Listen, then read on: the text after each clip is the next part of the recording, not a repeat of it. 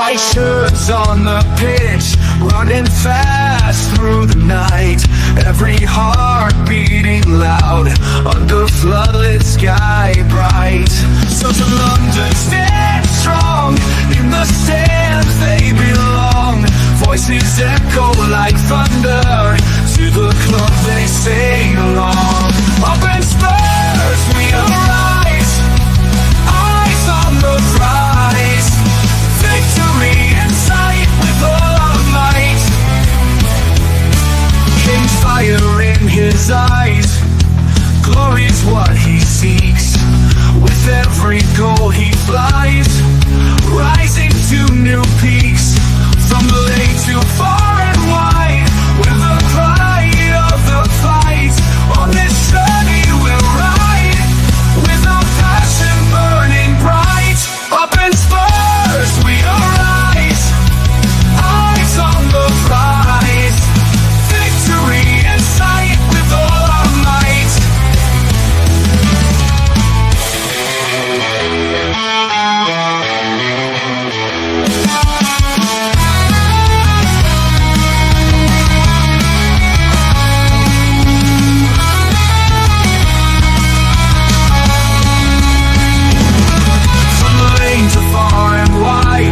The pride of the fight.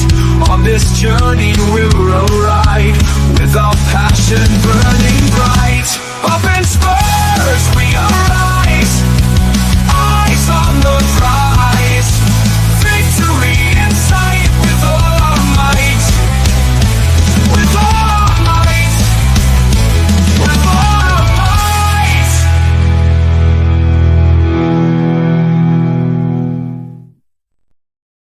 Hello, and welcome to THFC Till I Die, your home of Tottenham, past, present, and of course an exciting future under Ange Postecoglou as the mighty Spurs go marching on as we look to own Manchester completely tonight. We're doing the Peaky Blinders. We're going up to Manchester.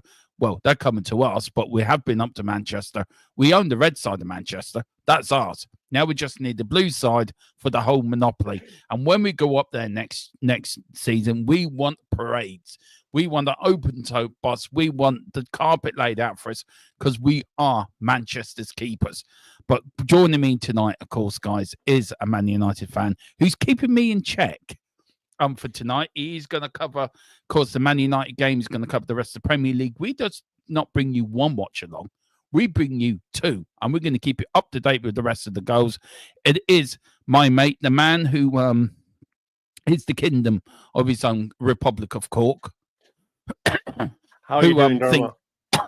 Who thinks it should be his own country. Maybe him and Michal Martin, our Taoiseach, should get together. And I'd just like to remind you, that's awful slander, because I'm a Kerry man. Okay. Well, anyway, Michal Martin was on the phone to me today saying, how's that man down in Cork? I like him. I want Kevin to be my Taoiseach. So there you go. So maybe the road to politics starts here. But Kevin, how are you this evening, sir? I'm doing well. I've just been looking at my second screen, and it's absolutely bucketing down there in where Manchester United are playing today. It looks like weather for ducks, and I'd imagine there's people sitting in their seats in Old Trafford, and they're getting absolutely soaked. But bring an umbrella with you to the eighth wonder of the world. And when you're coming up to Manchester for that parade, are you going to be driving Audis, are you? Yeah, we are. Yeah, we are. We're coming in Peaky Blinders style. I'm half expecting a comment from Colin halfway along the line after that. So he was badgering me with stats last night. But it is a big match tonight, guys. We are playing Manchester City. That is our main thought. That is our main hope. Well, let's go through the lineup. Of course we are. We're going to start with the home side. And we're going to start... No, yeah, we are. There we go. We've got the lineups. We're starting with Vicario and goal. We've got Pedro Porro, Archie Gray, Danso, and your doggies are back four. We've got a midfield tree of Bergville, the Swedish Messi, the Uruguayan general in Bentancur. We've got the dance man, Madison, and up front, we've got the Welsh dragon in Brennan Johnson. We've got the German assassin in Tell, and we've got the French bullet train in Odegaard. That is our lineup. Kevin, what do you think to the Spurs lineup? A lot of controversy. A lot of Spurs fans ain't happy about it. If you want to know who's on the bench as well, guys, we'll bring it up. But the lineup, with the game next Thursday and it being 8 days away, would you have played your strongest lineup tonight? I would think that 8 days is more than sufficient recovery time for a team that's playing professional football. And let's be fair, the Premier League is still a very important game for the likes of Spurs and Manchester United both. So I would have been playing the best team available to me, given that I have 8 days to recover. Now, the other thing is, why would you rest players against Manchester City of all teams? Like, you wouldn't rest them against Liverpool, or Arsenal, or Manchester United for that matter. Why would you rest them against the three-peat champions, the treble winners from last year? I actually wonder what's going on inside Ange's head for that, to be honest with you, Dermot. But looking at the team, like Vicario, obviously he's a very important goalkeeper for you because he saw what was happening when you didn't have him available to you, and it wasn't good. Pedro Porro, no arguments there.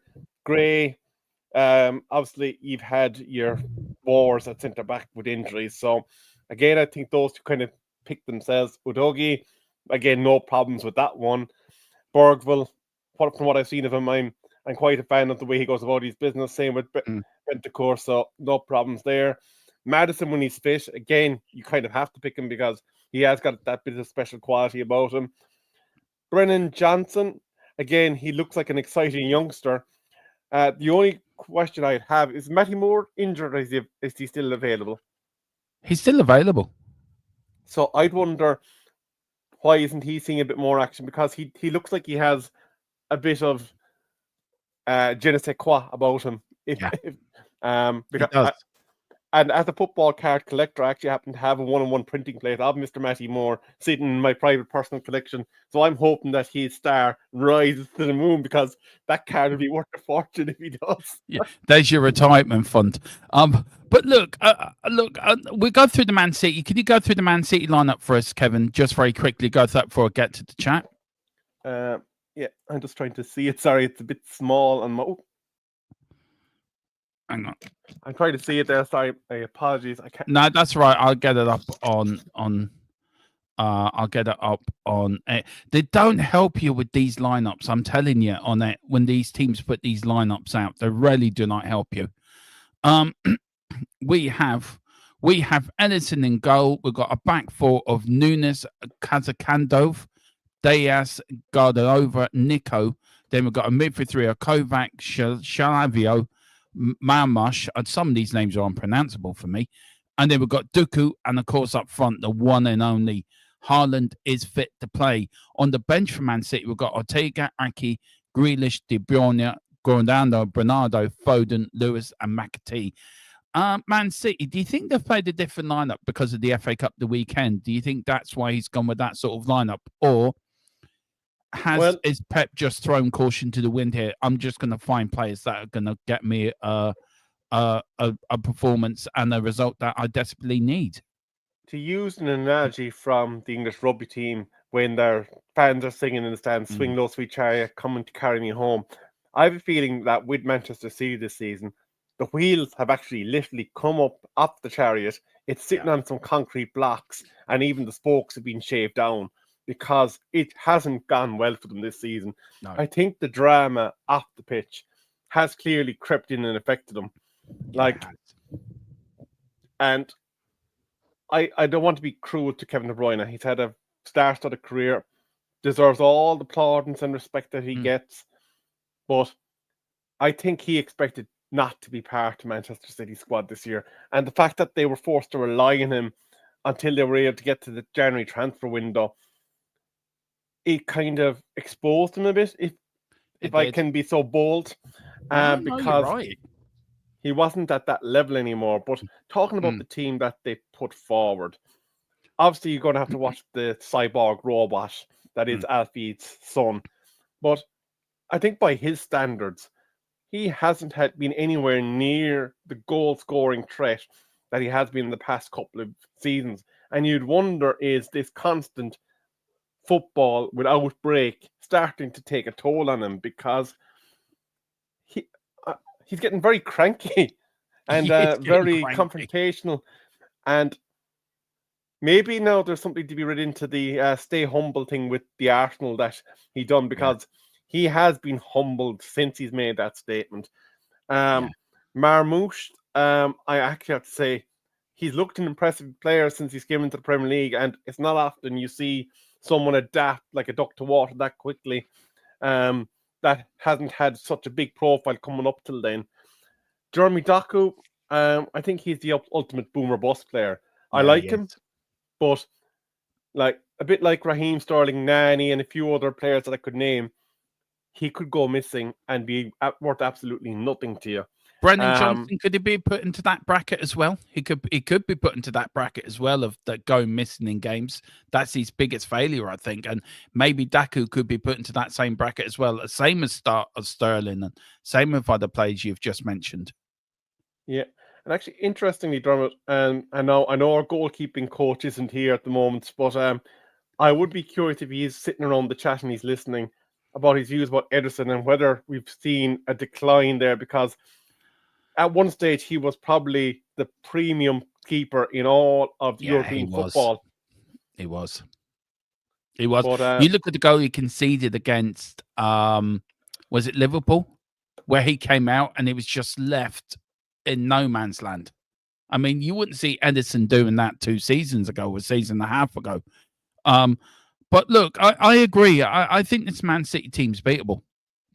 I think they've got no confidence, and we can rock up tonight. If we can get 4 wins in a row, I know people are going to laugh at this, but I think we got an outside shout for a European place in the league. I really do. We're only what?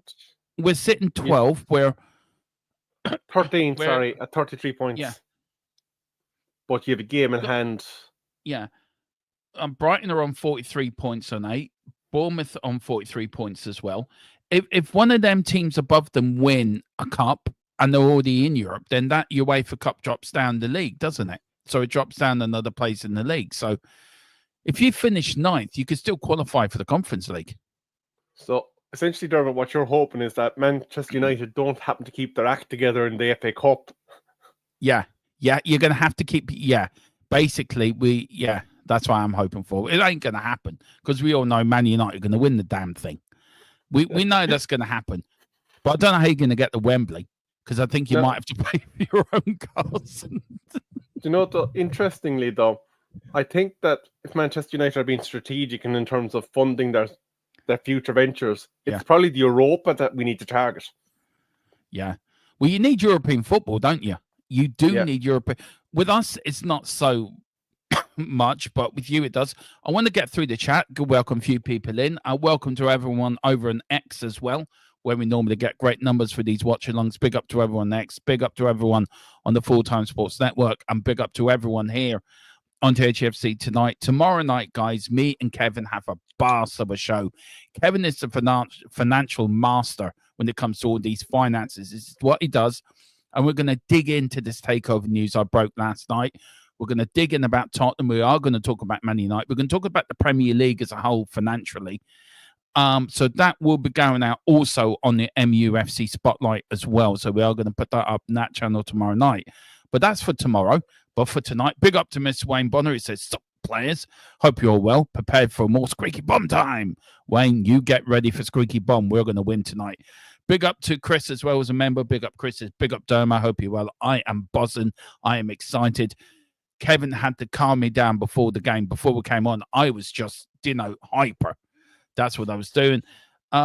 He says also, Kulu and Son do need much. Yeah, they do need rest. I do agree. Look at Son after the week's break. He was great. He was. Big up to Lee Carrick as well. Big Man United fan. Dermo, hello, sir. Just dropping in. Like and share, mate. Good luck for tonight. I'm watching United. I'll pop back in the halftime. Well, Lee, we look forward to you. We must get you on the show, Lee. We'd love to get you on. You are a member. Hit that. If you are a member, hit the invitation for the WhatsApp group and come into the WhatsApp group. This is where you will get to come on to these shows. Wayne says, front line. What's that? Go, Kev. I was just going to say we could have him maybe on one of our crossover shows so that there'd be a bit of United topics as well. Yeah, that's the idea. This is the other channel is going to be more Premier League, and this is one going to start off next season. I want a Premier League podcast every week. Me as Spurs, Man United, you and Colin. We get Bobby and Brenny involved from the Arsenal point of view, and we sort of make it a Premier League sort of podcast. And I think because the Premier League, there's a lot of stories happening, especially with the Man City thing is going to break. How's that going to change world football? Is it getting too big for his boots? There's a lot of questions there. Wayne says, does the front line look weak? 3 points up for grabs with no football at the weekend. I go with my strongest team. What's your thoughts on Tell? What's your thoughts on the front three, Kevin? I mean, I like it. I mean, I'm a massive Brendan Johnson fan anyway. 14 goals this season. We need a striker. We could buy Harry Kane back in the summer for 67 million euro. You put in that buying was 30. So you're only paying 37 million euro for Harry Kane. And you got Odegaard, but Odegaard and Tell have played together in the French under 21s. So what do you think of our front three? Do you agree with Wayne? Is it weak? Well, I'll be honest with you. During the January window, it was someone that we, myself and Colin, were doing a bit of a deep dive into because there was a chance he was going to end up playing for us, but for whatever reason that we'd probably be discussing tomorrow, he didn't join us. But I think it like I would like to have seen Son playing, considering it is a game against City. I know the rest idea is there, but I reckon if we're seeing ineffective forward play from either Johnson or Tell early doors, or even the Bergwijn, you could see Son introduced within 25 or 30 minutes of commencement. Especially if it's encouraging City to get after the Tottenham defence, because whatever about City's defence being maybe not as good as it used to be, their attack can punish. And if they're given license to kind of pour forward because the attackers on the Tottenham side aren't doing what you want them to do, it could be something that could need to be changed fairly quickly. But I think for the commencement of the game, it's fine, but I probably would have liked to have seen Son start, I'll be honest with you. Yeah, and what do you think to our midfield? Would you have started Basuma or would you have started Saar? Bergville's undroppable at the moment anyway. I think Bergville's been absolutely fantastic. But Bentancur and Maddison, would you have put Kulu in that middle? Do you think it was right to rest them? I mean, it seems very odd with the games, 8 days away. It seems very odd that he's resting them now. Why is he now changing how he rotates? He was always against rotating teams. So why now? Why change your system how you do it now? It seems weird to me. Now, you'd wonder, is there a strain or a sprain maybe that he might have been a bit concerned about that we're not privy to, and maybe that's the reason why he decided that he couldn't start him. But as for Basuma, I always think he's a walking red card because I don't really trust him, I'll be honest with you. I used to think he was a decent player, but when you put in the fact that he's a liability to leave you short-handed, I think it's only right and proper that he stayed in the bench. And just for all the Tottenham fans that are in the chat, because I am a Manchester United fan that is in accompaniment to Mr. Dermot today, because you're playing City, absolutely 100% behind you on this. Of course he is. Unlike of course, when you play Arsenal, we're behind you 100%. But we're both out the FA. No, you're not out the FA Cup, are you? We're not. No, we're playing Fulham on Sunday. Oh, I want it so much to be in the FA Cup. I really do. I think it's just horrendous. I'm devastated. I'm going to go into a state of depression now because we're not playing the weekend. But guys, before we get on with the lineup, before we get on with the match, before we go over the rest of the Premier League fixtures to keep an eye on tonight, this is a word from our general sponsor, Private Internet Access. Absolutely fantastically voiced over by Killian O'Connor. He is the finest actor to come out of Cork. Of course, he starred in many great programs as Manchester Blinders. He also starred in the film, very great Irish film called I Shook My Right Foot Lefty, which was an Oscar, winning performance by this player, by this man. And also he actually starred in Fat Man as he played a very pitiful role as he played Skin Man. So he was a very big villain in that, but a very good Blackbird. Yeah, that's true. That as well. So very good to Killian O'Connor. He will discuss, but this is private internet access. Just give us a minute and a half. The description for the VPN is below. I will tell you how much it is and what you can get from it afterwards. But here he is. Give us 2 minutes. Let me talk to you. A little reference there, but I'm going to stop messing about. I'm going to talk to you about private internet access, the best VPN in the land. Now, when you're online, you may not realize, but all of your data is there for the taking by anybody. With a VPN such as private internet access, your data is safe and secure, streamlined, and nobody else can get hold of it. That's why I use one anyway. VPN's very easy to use. Private internet access, all you got to do is log on your phone, select where you want to be. So I want to be in America, and I click go, and there we are. You can also link up your devices to it from your phone if that is easier for you. It's available on a lot of platforms as well. As you can see, and you can use it for a very, very big range of things. So that's even better as well. You can use it, like I said, on all your devices, smartphone, tablets, gaming consoles, and stick it on your modem. And it's unlimited devices. One equals all. It's available all across the world, and it works perfectly. What they do is they mask your IP address, so pesky 3 o'clock kickoffs aren't an issue anymore, and they're independently audited, so there's no logs, 30 million customers, and 4.5-star Trustpilot rated excellent review. Private internet access. Get yours now. Very, very good by that actor. Look, absolutely. You know, fair play to him. Like, he took time out of his picture schedule. He's middle of the film and doing a film at the moment called I left Dublin to find a blonde bimbo. But there you go. That's his latest film. I don't know if it's going to be a big success, but Kevin, you know him as well as I do. Do you know? Is that Timu Productions that are doing that? Is it? Yeah, they are. Yeah. It's been financed by the Glazers, apparently. I think he's going to chuck something at the TV at me in a minute. Probably is if he was in my home from work, or he'll end up coming in here. Yeah, it's €45 a month for 2 years, and you get 4 months free. Guys, do get it. It is the best VPN around. I use it. Colin uses it. Tequila uses it as well. Even Kevin uses it. Even Kevin's been raving about this VPN. There is other matches tonight, so it's in the description below. Very quickly, we do have other games, of course. Brentford versus Everton. United versus Ipswich. Ipswich must be thinking they've gone to the 8th wonder in the world going up there. We've got Forest against them lot down the road. I hope they lose tonight, them dirty bastards. And, of course, we're going to own Manchester after we beat Manchester City tonight. Very quickly, Kevin, do you want to go through the scores? What do you think the score's going to be for get your predicted scores in? I think Everton are rejuvenated under David Moyes. I don't see them losing, but away from home, I can see maybe a 2-2 draw. Manchester United and Ipswich. If we don't beat Ipswich, we probably need to be flayed at the gates on the way out because, with all due respect to our former coach, he's on a hiding to nothing with that team, and we should be beating them by 2-0.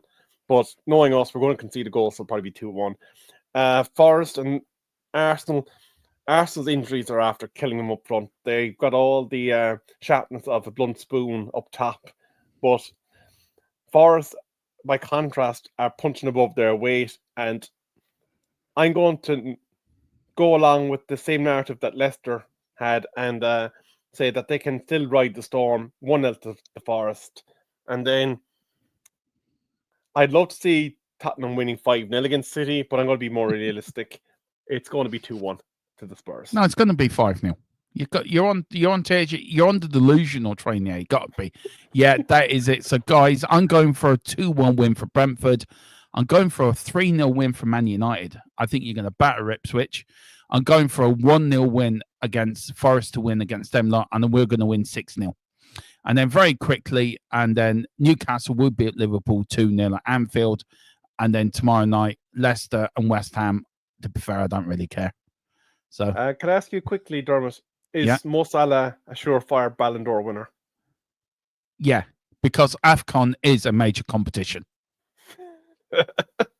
That's one of my talking points tomorrow night. Actually, Kevin, I've written that down for a talking point tomorrow night. Oh. But forget about Jamie Carragher talking shite. Forget about we've now got the teams coming out to the pitch. James Mannerson is captain. What we're going to do, I'm doing the watch along. My brilliant co-host, my tactical co-host is next to me, and Kevin. He's going to look at the teams as they line up. He's also going to keep hold of the rest of the Premier League, keep an eye on Manchester United's game as well. When the goals are scored, he's going to give his tactical view of why Tottenham scored many goals like they have tonight. If you are watching it, Manchester City are in purple tonight. Tottenham are in traditional white tops with blue sleeves, blue shorts, and blue socks. If you are watching in black and white, the referee is in pink. Now, do you remember back then days, Kevin, Brian Moore, if you're watching in black and white, Tottenham are in the darker shorts.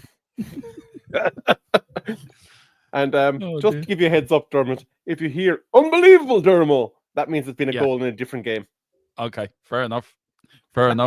See, we are going to bring in Around the Grounds next year. That is one show that is coming back, but it's going to be done properly. And we're going to get a few people in. They're going to watch. We're going to follow the Sky, how they do it on Sky. We're going to do it here. Very quickly, when the teams are lining up, they're going to nothing's happening at the moment. You did start this. Werner on the bench instead of Moore. Do you think there's a problem between Moore and Ange? Do you think they've had a falling out? Well, like when you look at Timo Werner, his career in English football, forget about what he done in under leagues because you can't kind of stack that up, has been probably average, sub-average at best. Now, as a link man, he probably gets a lot more stick than he deserves. But I would say that you have more sparkle in Matty Moore over Timo Werner. And the fact that he's been ignored suggests that either he's not fit or the manager just doesn't fancy him. And if he doesn't fancy him, then you got to question Ange as to why, because you utilize what you can potentially polish. If he turns out in a season's time, 2 seasons' time, that he's plateaued early, so be it. But you don't ignore him when, let's be fair, I don't think he's done anything wrong any time that he's actually played me. He hasn't. I love him. I love Nemo. That's what we've named him, Nemo. He is. That's his nickname. There's Ange. Do you know Ange will become the first manager tonight to beat Pep 3 times in one season? Ooh.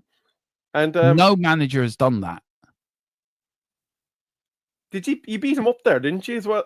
Yeah, we beat them 4-0. And I think you're one of the few teams that actually beat them the last 3 or 4 seasons up there. Yeah. There's your fella with the trumpet. Oh, I didn't realize Mr. Gillette is in the middle for today's game. Yes, he is. I got my tickets for the Crystal Palace game, by the way, today. I'm going to Spurs for Crystal Palace. Very nice. Looking forward to that. Going over 4 days. It is Gillette. The closest shave you can get, apparently. So he keeps telling people. But he's counting. It's the VAR room is. It was actually on. It's on the top of my head. It'll come to me. I'll find out in a minute. No worries. It's Chris Cravener, I think. Oh yeah. So you don't have Taylor or any one of those wonderful, lovely people. No. And we're off and underway, guys. Here at White Hart Lane, it is Spurs against Man City. Good kick up the field by Edison. Good header by Bergville. Tottenham looking to make a good start. They do. Good start from Tottenham. Here's Danso. Here's now your doggy on the wing, looking to get forward, looking to get Danso through. Doesn't. Goes back. Haaland gets it. Haaland being stopped there, but Haaland does what Haaland does best, standing like a statue and looking like a prima donna. Here is Man City back playing it round. I tell you one thing, the game started off at some pace. It really has. Good tackle. Go on, Tottenham. Come on. Here's Maddison. Go on, Maddison. Maddison now. Here is Odegaard. Odegaard looking for options. Here's Brennan Johnson. Can Brennan Johnson? He's in the box. He checks. He goes around 2 players. Here's Odegaard. Odegaard looking for option. Oh, It gets kicked out, but Tottenham Hotspur have started brilliantly. They don't, they don't know what they're doing, and there's Man City now with the ball. It's end-to-end stuff, but here's Duku now against Porro. What can Duku do? Goes inside, goes back now to Manchester City. They're now playing it now, cooling the game down a little bit, passing the ball, trying to get a bit of confidence into themselves. Goes all the way back. And it is back, all the way back to Ennison, the goalkeeper. Pardon me, got a frog in my throat. And how do you think the game started, Kevin? Man City started at some pace, hasn't it? Really? Well, you kind of pinned your ears back and you're getting at them, which is encouraging. The one thing I would say is I would have liked if maybe there was an earlier ball played in that first attack, because Yeah, the space kind of closed up fairly quickly and it was a cul-de-sac in the end. But encouraging start from Spurs, and they're not afraid to go at them, which is encouraging. no, it isn't. And there was Madison. Oh, good. Is that a corner? Is that a corner? No, it's not. It's a goal kick. There's Madison started very well, actually, to be fair. And so I love that little run by Odegaard into the middle of the pitch as well, in the middle of the box. I thought Odegaard he's going to cause problems tonight. There's Ange standing like a statue. Just on Madison Great. briefly, I think he's a fantastic player. A bit like Luke Shaw when he's fit. You have to play him. You have to start him because he offers you something. But that's the big problem. If Yeah, absolutely spot on there. Where is no, that's right. I took it. But here's Duku now. Duku for me, he's just ran around 2 or 3 players, puts a lovely crossfield ball now. Here's Manchester City attacking Tottenham's box for the first time. Here's Duku. Duku looking for the mountain. He doesn't find him. Man City get it back. See, Man City worry me because they're hurting. They're like an animal, wounded animal hurting. And that's what scares me. well, they are going to want to tear the skin off somebody at some point, but I think it'll probably be a lesser beast than Tottenham Hotspur that they'll have to wait for to do that. They might get a win, but I can't see them tearing you to shreds. You're just too good for that. No, I tell you who has impressed me is Danso. I thought he's been a great little signing. He really has. I'm really impressed with him. And Archie Gray as well. To play, not to be a centre-back. Oh, your doggy's lost it. Here's Manchester City. Oh, well done by Bentancur again. Does what Bentancur does best. Here's Madison now. Lovely ball with the outside of the foot. Tries to put Odegaard in, and it goes out. And it's Kulan's, whatever the fuck his name is, Kunu. He puts it out. There's Pep asking. Pep, I tell you, Pep's been weird this year. He hasn't been himself, has he? Well, there's a few times he went before the press. He swear he was a domestic violence victim. He was so caught up. I actually honestly had concerns for his mental health at one point. Yeah. Because I don't know if you remember it. He came out with a kind of a welt on his head during one of the post-match interviews, and it just seemed like he's flying off the handlebars completely. Yeah. And howdy to the 145 people tuning in. Welcome. Yeah, go on. 147. It's corner to Tottenham. Odegaard there. Odegaard's going to cause a hell of a lot of problems. But big Bruno, up everyone. what are you doing? Subscribe. You what, man? I just was I have the United game here just on the smaller screen, and I just noticed Bruno Fernandes putting his big awkward leg in and chopping down an Ipswich player for absolutely no reason whatsoever. Well, it's a corner kick. The ball's not in the corner. Oh my God! What are you doing on Annie, you pillock? We'll get there in a minute. It's a corner of the Spurs. It's over the ball. Little flick by Taylor, and it goes in. What's happening at Old Trafford? Well, there's been a goal, Jeff, and it's to the away side. Ipswich Town have scored. Oh, God! Andre Onana was left standing in an island, looking like an absolute gobsheen. Ipswich put a long direct ball through, and the Manchester United defence were at 6s and 7s. There was no communication between the wing back and Andre Onana. The two of them ended up looking at each other. The ball spilled through, and the attacker that was flying in behind the wing back and the chase back had an open goal to tap into. Absolute shambles between, actually, it's our new wing back and Andre Onana, they absolutely made a dog's dinner of that one. Onana needs to go. He's absolutely shite. And here is your doggy all the way back to Big Vic Vicario, who you wish you had, by the way. It is Ipswich I Town do. 1, Manchester United 0. Column, do not just watch the Tottenham Man City game. Don't worry about the other game. You just watch us. Watch it. We'll keep you calm. We will keep you calm. Don't worry. I'm looking after Kevin tonight. I've got the medical team on ready for him just in case he needs it. He's had his pre-match, pre-stream meal. He's got his vodka and Coke by the side of him. He is well sorted and looked after. And you're not going to believe who actually scored the goal. It was the left phalange. It was literally a guy called Phalange. Man City comes in. Haaland straight down the throat of Vicario. There we go, Haaland. You are nothing. You are nothing. You can't even beat Vicario. Big Vic. Look at that. Vicario straight down the throat. And there's Vicario. Thank you very much. I'll take that ball. Thank you very much. Thank you, Haaland. Go and get your haircut, son. And Man City. Looking now. Putting a bit of pressure on. 7 minutes gone. 0-0. Already a goal at Old Trafford. It's the visitors that have gone up. But there's Vicario again. Straight out. Haaland doesn't have a chance. Big Vic, we have missed you. Big up to Lee. I tell you what, I don't know why I bother with United. Talk about depressive. Well, just watch Tottenham. I'm telling you. Watch Spurs. I mean, look at this. Lovely ball. There's Haaland. See, one thing I love about Vicario as well, he will come out. He will make himself big. One thing Onana doesn't do, by the way. He doesn't do that come out bit. He stands there like a statue. And here's a worrying stat for you, Lee. Of the 16 games this season where we've conceded the first goal, we've only won 3 of them. Go on, Burrow. That's a free kick. No, says referee. Oh, look at that. Here is now. Oh, look at this. This is Tottenham in full flight. Here's Maddison now. Maddison. Porro now. Got the ball. Closing things down to Maddison. Maddison looking for options. Looking for a crossfield ball. Does get it. Gets deflected. No, referee says play on. Here's Manchester City again for Kovac. Man City looking to build with Duku. Duku against Porro. What can Porro do? Duku goes all the way back to Man City.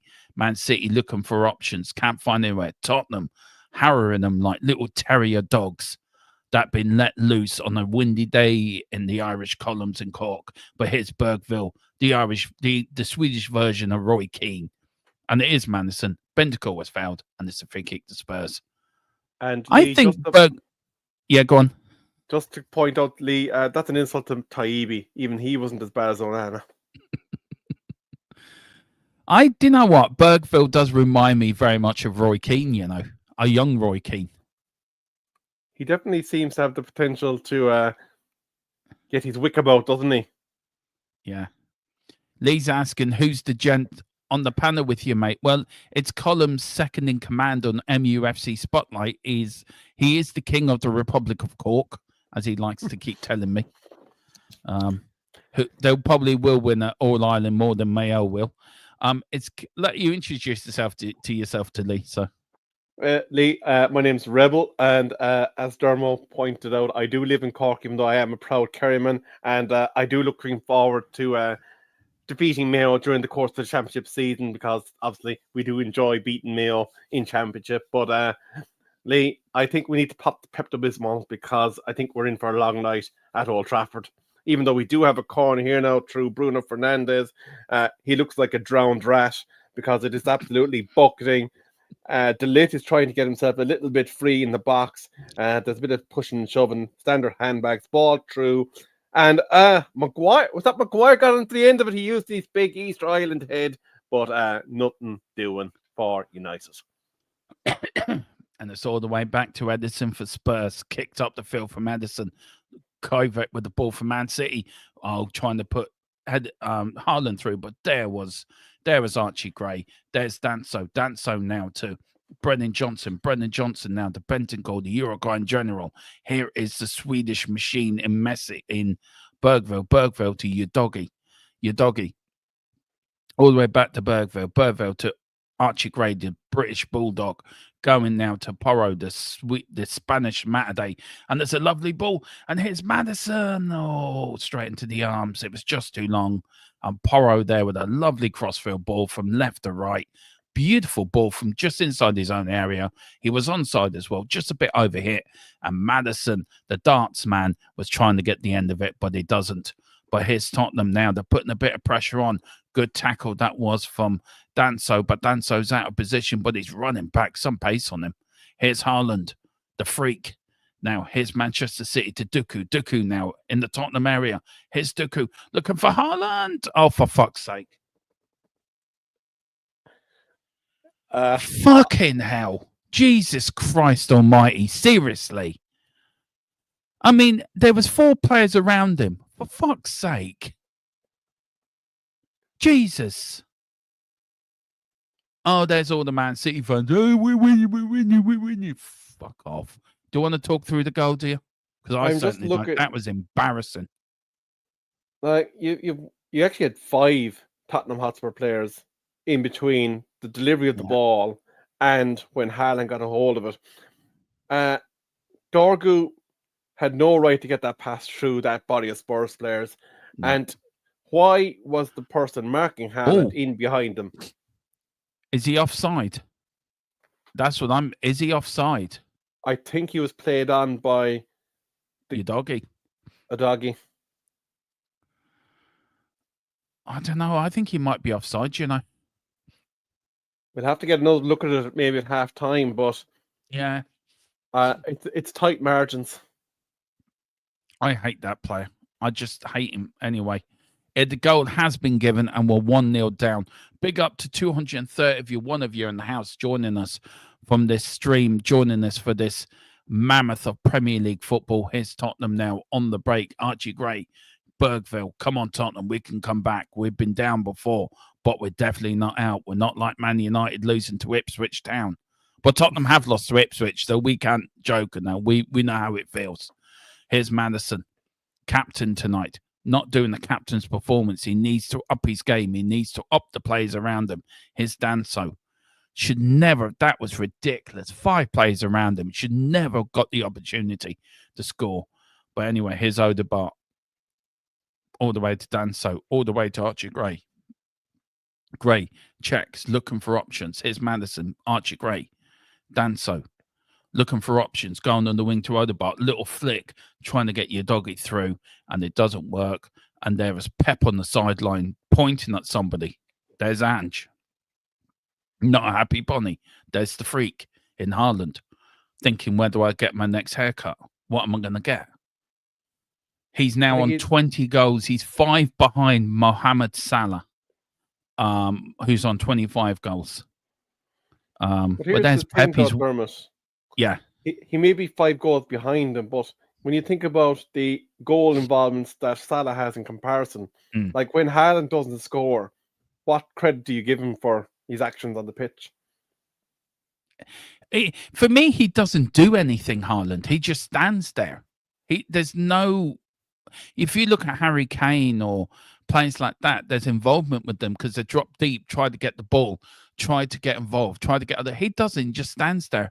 He's not even like a Gary Lineker or a, you could say, a Muller type player back in the day, or a Mark Hughes player or somebody like that will get involved like. Oh, straight into the arms of Edison. But this is not what we need. We need a result tonight. We do. But Edison throws it out. Still plenty of time. Only 15 minutes gone. Tottenham can still get back with it. But Tottenham are in 6s and 7s at the moment in defence. They really are. Man City are absolutely rolling over them. And Tottenham just don't know what they're doing. But we do have Beyonce Cowboy Creator Tour coming to the stadium. Yippee. Let's all get excited for that. Daniel does love a good concert. Do you know I got an email today for Tottenham? I got a reminder, don't forget to get your Beyonce tickets. Oh, Lord have mercy. Seriously? What were you asking if you were one of the single ladies? Probably. good tackle from Madison. Here's Bergville. We will in a minute get to. We'll go to Kevin in a minute. The Kev, the Rev. We'll get him there to get him the updates to the rest of the Premier League. But here's Bergville now, all the way back to Archie Gray, asking players to close down, slow down. Here's now your doggy. Doggy back to Danso.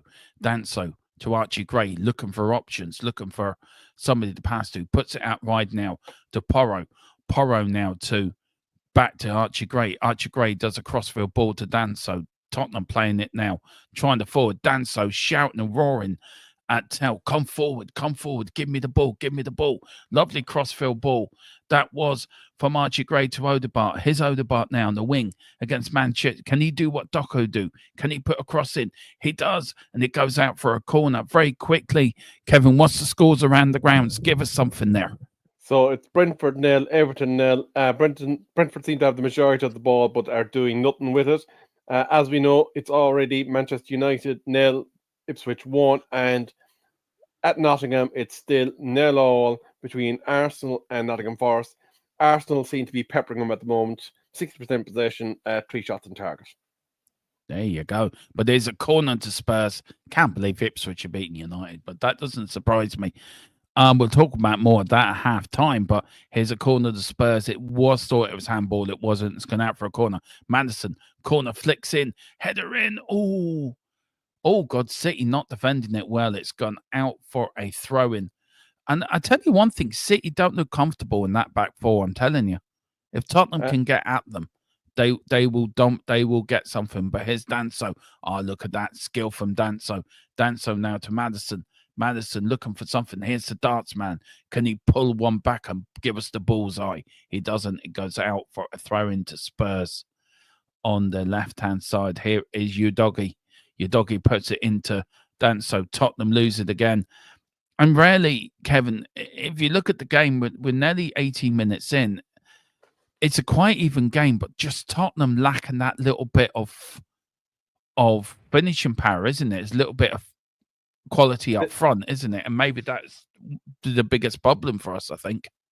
It's probably something that if it doesn't improve, I'd say in the next 10 minutes, and we'll have to be considering maybe offering a different look up top, because City look fairly comfortable with dealing with your attacking threat at the moment. And the other concern I'd have is during that build up to the City goal, one of your defenders, I think it was Odagi, turned his back to the onrushing wing back, and he could have had acres of space to kind of shoot, pick a pass. So I would be concerned with switching off to potential threats once City do break forward. And by the way, just to update you, Manchester United, I think, are on 65% possession at the moment. But again, a bit like Tottenham, have all the attacking sharpness of a blunt spoon. Yeah, our attacking front three. Sonny's already warming up already, by the way. So, could Dr. Kev be right, and Ange might be looking at that early switch? Yeah, well, he's already put the yellow vest on. He's going to warm up. Now, it could be genuinely, he could be warming up because it's just him warming up. But I wonder if you could be right, because our front three looks toothless. Not unless one of the players have got an injury or something like that. But we're just so toothless up front. We're toothless in midfield as well. I think this is backfiring on us a little bit, I think. City are just running away with it. They're just controlling everywhere. The midfield, the front, we're dangerous when they go forward. They're on attack. Here's Daco again. Daco looking for runs past. He's running past everyone. He shoots. Good save. That was from Vicario. But again there, Kevin, for Daco just run past the Tottenham defence like it wasn't there. It's ridiculous. He had acres of room to get his shot off. And I don't think there was even an attempt to kind of put a bit of pressure on him and kind of maybe force him to take a snapshot. So that is concerning from a Tottenham point of view. And it would not surprise me if Ange opts to make a change, because at the moment, Spurs look rudderless going forward, and that's given City plenty of opportunity to kind of overcommit, maybe even going forward. Oh, lovely ball, but cut out again. It's just This shows the class of Man City, really, doesn't it? And how good they are. Here's Doku now. He's beating Bergville. He's on his own. He's got 2 players around him. And he just good tackle for Bentancur. He was looking for a penalty. Referee says no penalty. But here's Spurs now. Porro to Bergville. Bergville now to Bentancur, the Uruguayan general. Here's Mateus Tail. It's a free kick to Spurs. He's down holding his ankle. Daku was looking for a penalty. Was it a penalty, Kev? I don't think it was. No, not for me. I think the actor in him kind of made him go for it, and I think the ref wasn't buying the performance from Mr. Duckle. No, here's Danso to Archie Gray, playing it round the back, looking for options. Archie Gray moves forward now. Lovely little interchange there from Tell to Bentancur. Bentancur plays Danso. Danso now to your doggy, looking to improve. Here is Odegaard. Odegaard plays it back. Spurs keep playing it back all the time. Dirty little beeper. We have options. No, it's okay. We will go to that in a minute at Old Trafford. But here's Bergville. Bergville loses it, trying to get it back. Does it? Here's Manchester City. Again, they lose it, but get it back. And it is a free kick to Man City. Very quickly, what happened at Old Trafford? Garnacho had been receiving the ball, got taken out of it by the Ipswich defender. It's a free kick to Manchester United on the edge of the area. Bruno Fernandes is standing over this. The box is loaded with both Manchester United and Ipswich players. We're just waiting for him to whip the ball in. The ref is about to give the signal. Bruno's sizing up the options. Definitely not a shooting position from where this free kick is. Ball in. Goal! Xerxes, 1-1. There you go. United back on level terms as Manchester looks to take some dominance back in North London. But it ain't going to happen because we're going to win tonight. Do you know what? Only 4 out of... There was 5 players brought up on the list of fewest touches. Do you know Man City only had 1 player in there? All the rest of them, Bentancur, and I think Odegaard was one. Tell was another. It's just we're not on the same planet as Man City. Man City are totally dominating this game. Absolutely. If you look at their build-up play, Dermo, it's all tippy-tappy around, so it's not exactly surprising that they're kind of getting up in the touches. Actually, this does not look like it was Xerxes. It could potentially be an own goal because it looks like it went over the head of Xerxes. Oh no, go on, you doggy. Good. Back to Vicario. Vicario back to Archie Gray. Archie Gray being pressed on there by Man City. Man City they're doing what we should be doing, is pressing. Tottenham not even pressing. Like, there has to be changes. This isn't working. We know it's not working. Yeah, no, they're not afraid of your attack. And no.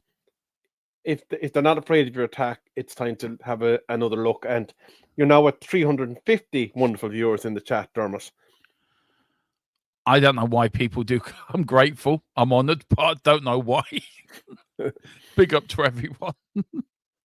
I mean, I'm only... yeah, go on. I was going to say, if they are in the chat, maybe they might put in their final score predictions, because it would be nice to see 350 score predictions flooding the chat.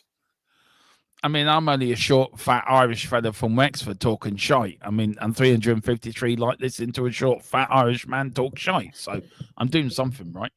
Well, it's double Irish tonight. Oh, it is, but you're sensible. I mean, you're a sensible Kerry Cork man. I'm a little short, shite man from Wexford, doesn't know what he's talking about. I just have special strawberries in this county. You've got more about you in Kerry and Cork, like. Well, we do go to the Danny Healy-Rae School of Business down in Kerry.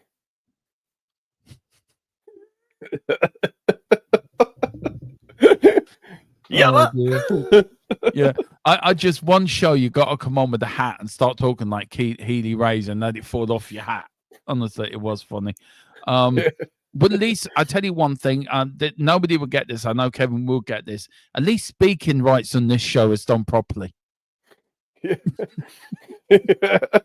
Here, that's the tip lad's fault. No, that's all tip. And we're not taking any responsibility for that. No, at least decorum. At least we can show decorum on this channel. We can speak and rights are done properly. Anyway, yes, indeed. here's Spurs. Spurs put out wide. Here's Odegaard. Go on. We've got 26 minutes gone. This first half is flying by. Here's Tail. Tail gets tackled to Bentancur. Bentancur, the Uruguayan general, put out right to the Spanish Matadei. Here's the Uruguayan general in Bentancur looking for options. Doesn't. He goes back. Stop going fucking back. Go fucking forward. Here's Dan. I'm going to say this now, Dermo. It's time for Cool and Son to come on. Yeah. Where's Johnson? Oh, Brennan Johnson nearly there, but Edison was out like a rat up a drain pipe. Straight was. There was a lovely little ball in from. It was from Bentancur. Lovely little chip ball, by the way. And there was Johnson. Nearly. Yeah, Kulu and Sonny. Second half, definitely. I tell you what, there was a penalty shout at Old Trafford. Harry Maguire had more hands on the Ipswich attacker than a teen at a disco. For fuck's sake. Oh, my good Lord. Go! How did he miss that? How the hell did Man City miss that? An open goal. I'll get to Old Trafford in a minute. And Man City have just missed a sitter. Do you want to quickly talk about that first, Kevin? Let's go through it very quickly. He's Duku. Coming on now. Manchester United are 2-1 ahead.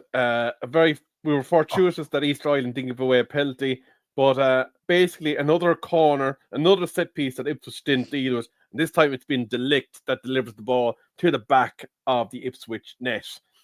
So 2-1 Manchester United. And as for the Tottenham, they are absolutely fortunate not to be 2-0 down there. Yeah. They should have buried that goal. It was 1-on-1 with the keeper. And if I was Pep, I would be fuming at my attacker for missing that. Yeah. One across from Daku, though. Across the back line. And your man, all he had to do was side foot it in the back of the net. Totally made a hash of it as red completely. We're being overrun, outthought. This is an absolutely disgusting performance by Tottenham. And I'm not saying that just for saying it. I mean, Kevin would probably agree with me. It's an awful performance by Spurs. We've got no fight, no nothing. I question why ANGE isn't doing something at this stage because clearly you're being taken to the cleaners here in this football match. And this could get embarrassing. There's no direction coming from the sideline. There's no alteration even of the tactics out in pitch to see if there's an alteration they could make with the personnel they have on there. Actually, I'm just seeing Ange there on the sideline. He's got his hands inside his duffel coat and he doesn't seem to be given any instruction whatsoever, whereas Pep Guardiola's going mental there. Yeah. Well, that's the difference between the managers, isn't it? That's the difference. I mean, again, another ball over the top. Danso, he does good header, but loses it again. He pushes the play forward. Is that a free kick to Man City? But Tottenham lose it again. Here's Manchester City. Are they going to score? Are they going to get another one? Here's Ducko. For God, what a save from Vicario with his legs against Haaland. 5 yards out, would you say, Kevin? 5 yards out? Maybe even as little as 4. Haaland should have been putting his boot through that. He gave Vicario a chance actually to get his feet to it, and the Haaland of last season would have made that 2-0. Yeah, I think he tried to again. Crosses in. Tottenham in 6 and 7, Kevin. This is dreadful. This is absolute. Look. I'm Ange's biggest fan, but this for me is disgusting. This is absolutely. They're not playing at all for Tottenham. They're not doing anything. They're woeful. This is just fucking dreadful. Like, what is keeping Ange in the job? Do you reckon? Do you know what? I'll probably get onto that at halftime if that's all right, because that's a different. Very quickly, we'll talk about it more at halftime, but very quickly, I think it's to do with the takeover. Personally, that's happening. I think that's what's keeping them in the job. There's a yellow card there for Bentancur. This first half performance by Tottenham is nowhere near good enough. There's 400 of you in the house. Big up to everyone. Big up to everyone on X, on THFC Till I Die, on the Full Time Sports Network as well. Bentacle's been given the yellow. I'm angry. I am very angry. Judging by that tackle, I think Bentancur is angry because he's trying to kick a bit of enthusiasm into his teammates, because that was the shape of a frustrated man, and we've seen that before with Roy Keane when he used to leave in a big tackle. Yeah. He's trying to lead by example, but the likes of James Madison, he's captain tonight. He's not captain material. No way is it captain material. If I was Ange, I'd be changing it after 20 minutes. Right, this ain't working. Right, let's change it. You said it. You said it 20 minutes ago, Kevin. Yeah. I think he does get sacked after takeover, Lee. I do. I think that's what's keeping him in the job. I'm amazed that he's persisted with these tactics, because look, it's great if it works, but this is Manchester City, and I think there's an here's Man City again. Tottenham's defense been absolutely stretched. Your doggy slips. Oh, good block from Danso. But here's Man City again. They should be 4-0 up, City. They really should be. Oh, good header out. Here's Doco. Doco crosses it in. Catch the fucking ball. Catch the fucking ball. Instead of fucking punching it, catch it, you fucking dildo. Seriously. I'm looking at this, and Vicario is the equivalent of De Gea for us a couple of years ago, where he was keeping us in games. If the other Langer was in goal, this was 3 or 4-0 already.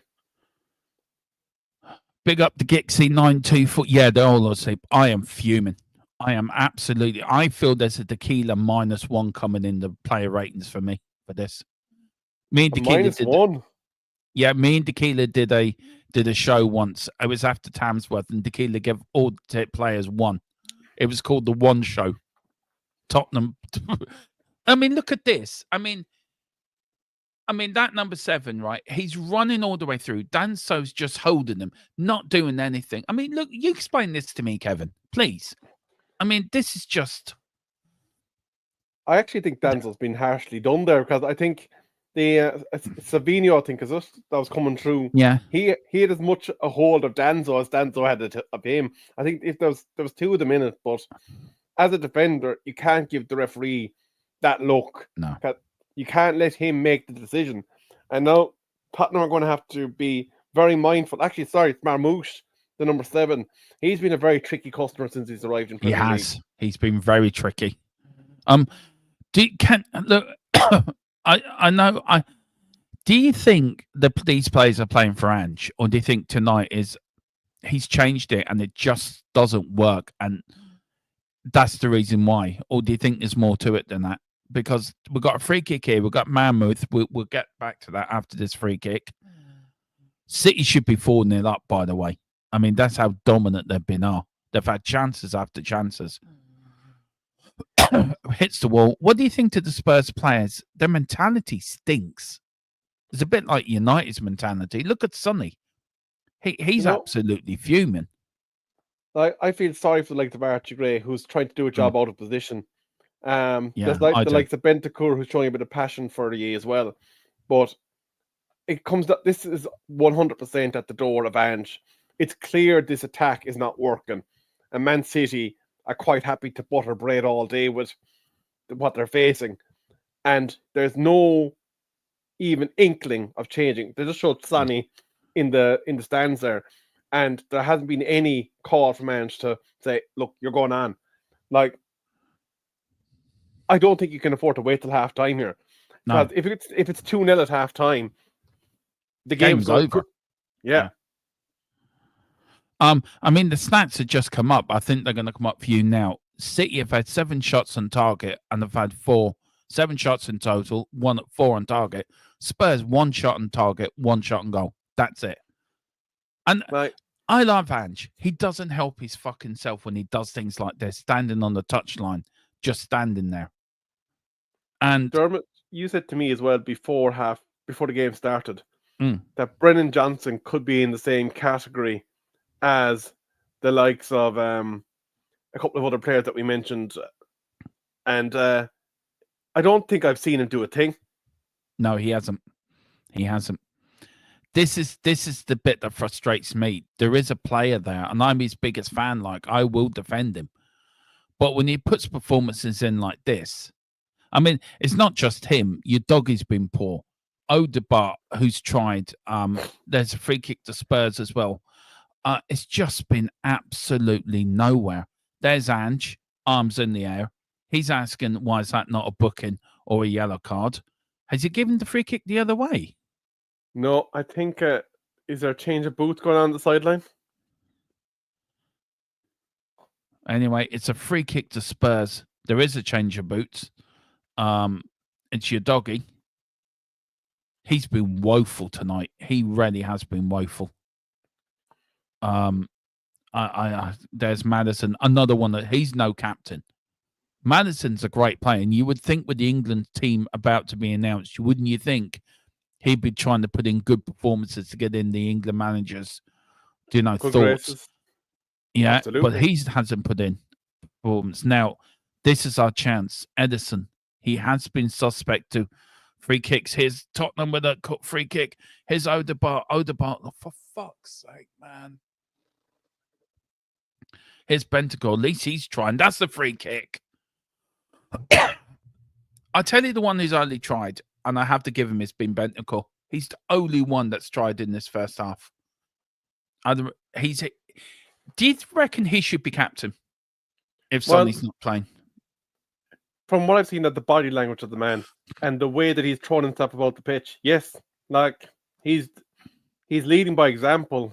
Like, remember when Roy Keane was kind of down and out against Juve? He went in, he put in the challenge that put him out of the Champions League final, but he G'd up his team, and I'm seeing that from Bentancur.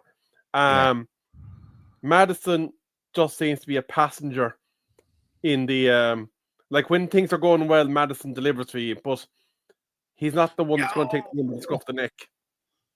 Oh, that was a free kick straight in there. Spurs starting now to click into gear with a few bolts. Here's your doggy now back to Bergville to Maddison. Good stuff from Spurs here.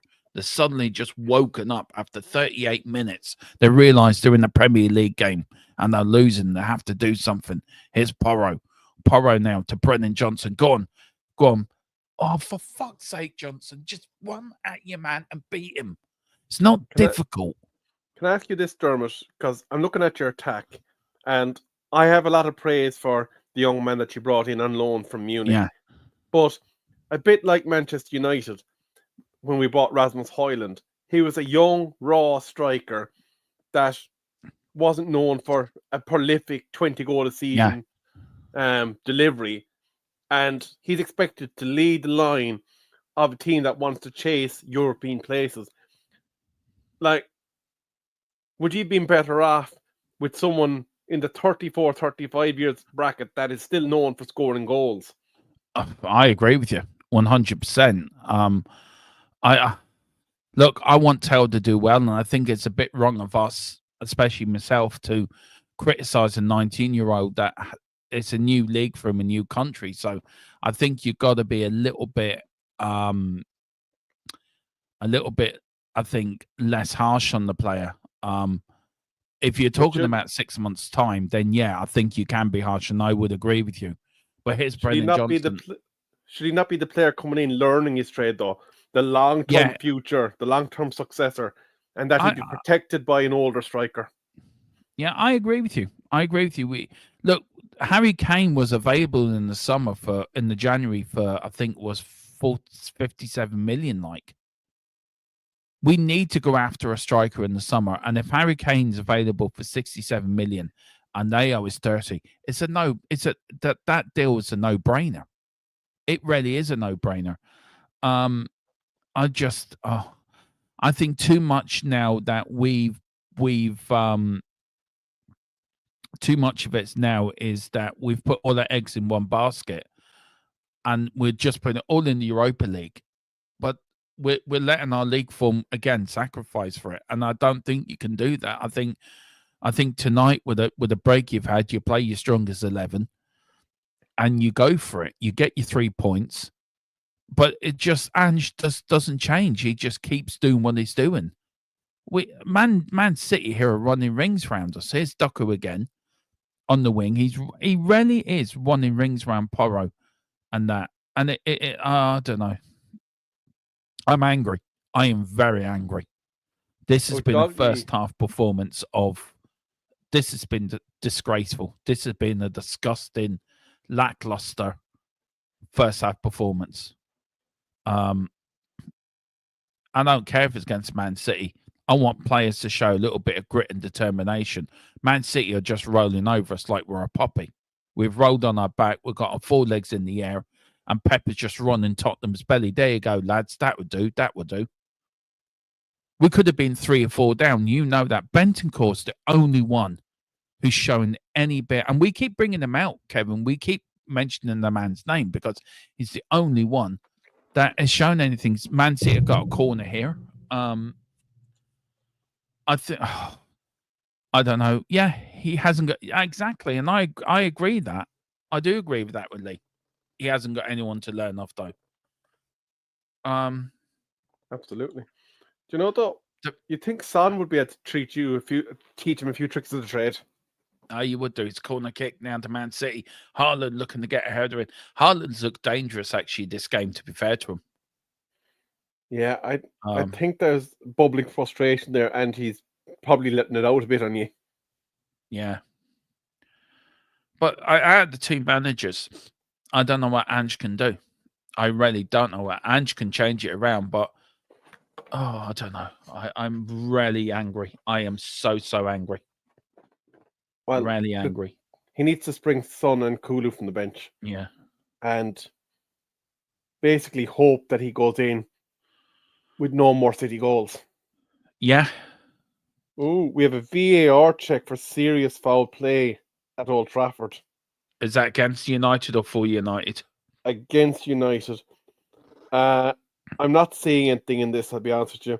It looks like both players were committing in a greasy ball to go for the ball, and Dorgu's leg comes up off the football and into the shin of the Ipswich Town player. Now, it does look nasty, but I don't think there's anything the Manchester United wing-back could have done to avoid the collision. Let's see what happens here. Lee said that looks nasty. I don't think he's down. It's purposely, though. We'll do, but his down. So Spurs putting a spurt before halftime. Odegaard is causing a bit of problem on the left. Here's Madison, who's done nothing in this first half. Finds Bentancur, the only player that can hold his head up high. Seriously, Tell. Seriously, why are you trying little flicks and that? Hold the ball, get in there. Stop doing little flicks and little tricks. And look, I'm a great player. Fucking do what you're supposed to do. Hold the ball up. Attack the fucking penalty area. Fuck's sake. The referee's talking to him. VAR check. Oh, I don't believe it. A red card. That got is sent off.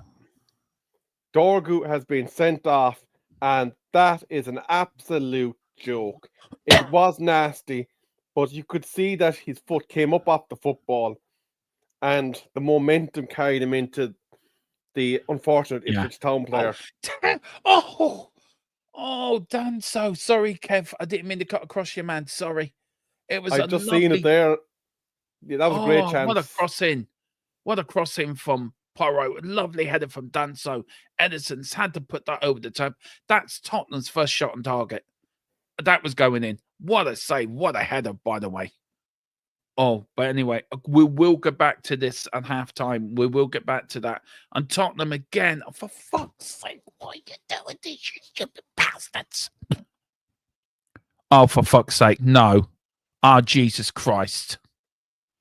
Oh, if that ball was more spot on, we would have been 2-0 down. There's only a minute left in the first half, guys, here. Man City are ending the game stronger. Here's Man City now. Looking at it. Trying to get a cross in. Header out there from Porro. Good header. Good flick on Bytel, but nobody up there. Everyone back defending. Here's Manchester City now trying to get a second goal. There should be at least 5-0 up. And that's not even an exaggeration. It really isn't. Man City have been all over Spurs, all over them like a rash. We'll get to the guess of the goals. We'll get to the Man United stuff as well. Don't apologise. You're grand. Don't ever apologise for swearing, man. I've said worse on here already today. Yeah. And it is half time. And at half time, it is Tottenham. There's Ange running down the touchline. I don't know what Ange is running down. Maybe he needs a pee. Maybe he needs a shit or something. I don't know. But there is Man City. Look, I'm going to say it now. We've been shit. We've been absolutely shit. Man City deserved a 1-0 lead. Look, we'll get to Tottenham in a minute. We'll go through this game at halftime. Man United, talk us through what's happened up there, because it seems that it's all gone to shit up there, hasn't it? Well, as you know, Manchester United did start the game 1-0 down. Manchester United then from 2 corners, which Ipswich just did not cope with whatsoever, ended up with their noses back in front 2-1.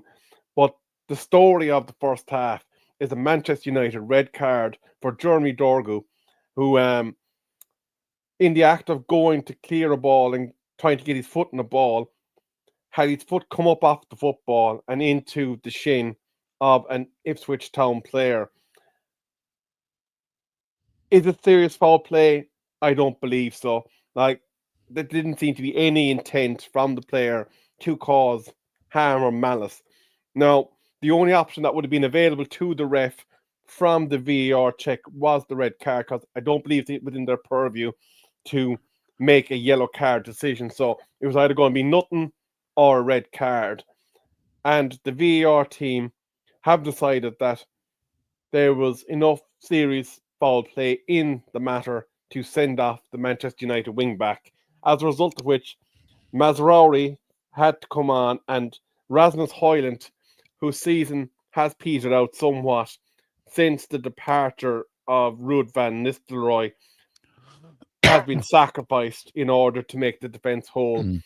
It is about to come to halftime at Old Trafford, where it's Manchester United 2, Ipswich Town 1, and halftime in the other games, Arsenal 0, Nottingham 0, and it looks like Everton are soon to... Oh! Never mind, there's been a late goal in the first half at Old Trafford. It has all gone to pot. It is Manchester United 2, Ipswich 2, and this game is going absolutely pear-shaped. Onana looking like an absolute orange, wondering what's going on. Let's have a look at this goal. So Ipswich Town are playing on the outside of the box. They're getting all the time in the world to move the ball around. How did De Ligt and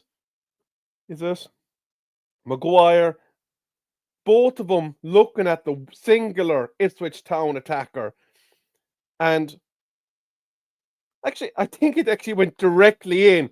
That is a calamitous goal for Manchester United. It is unforgivable.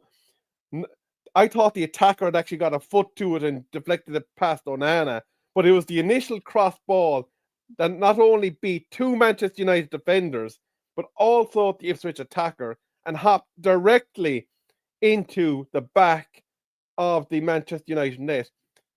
And it's all going wrong now.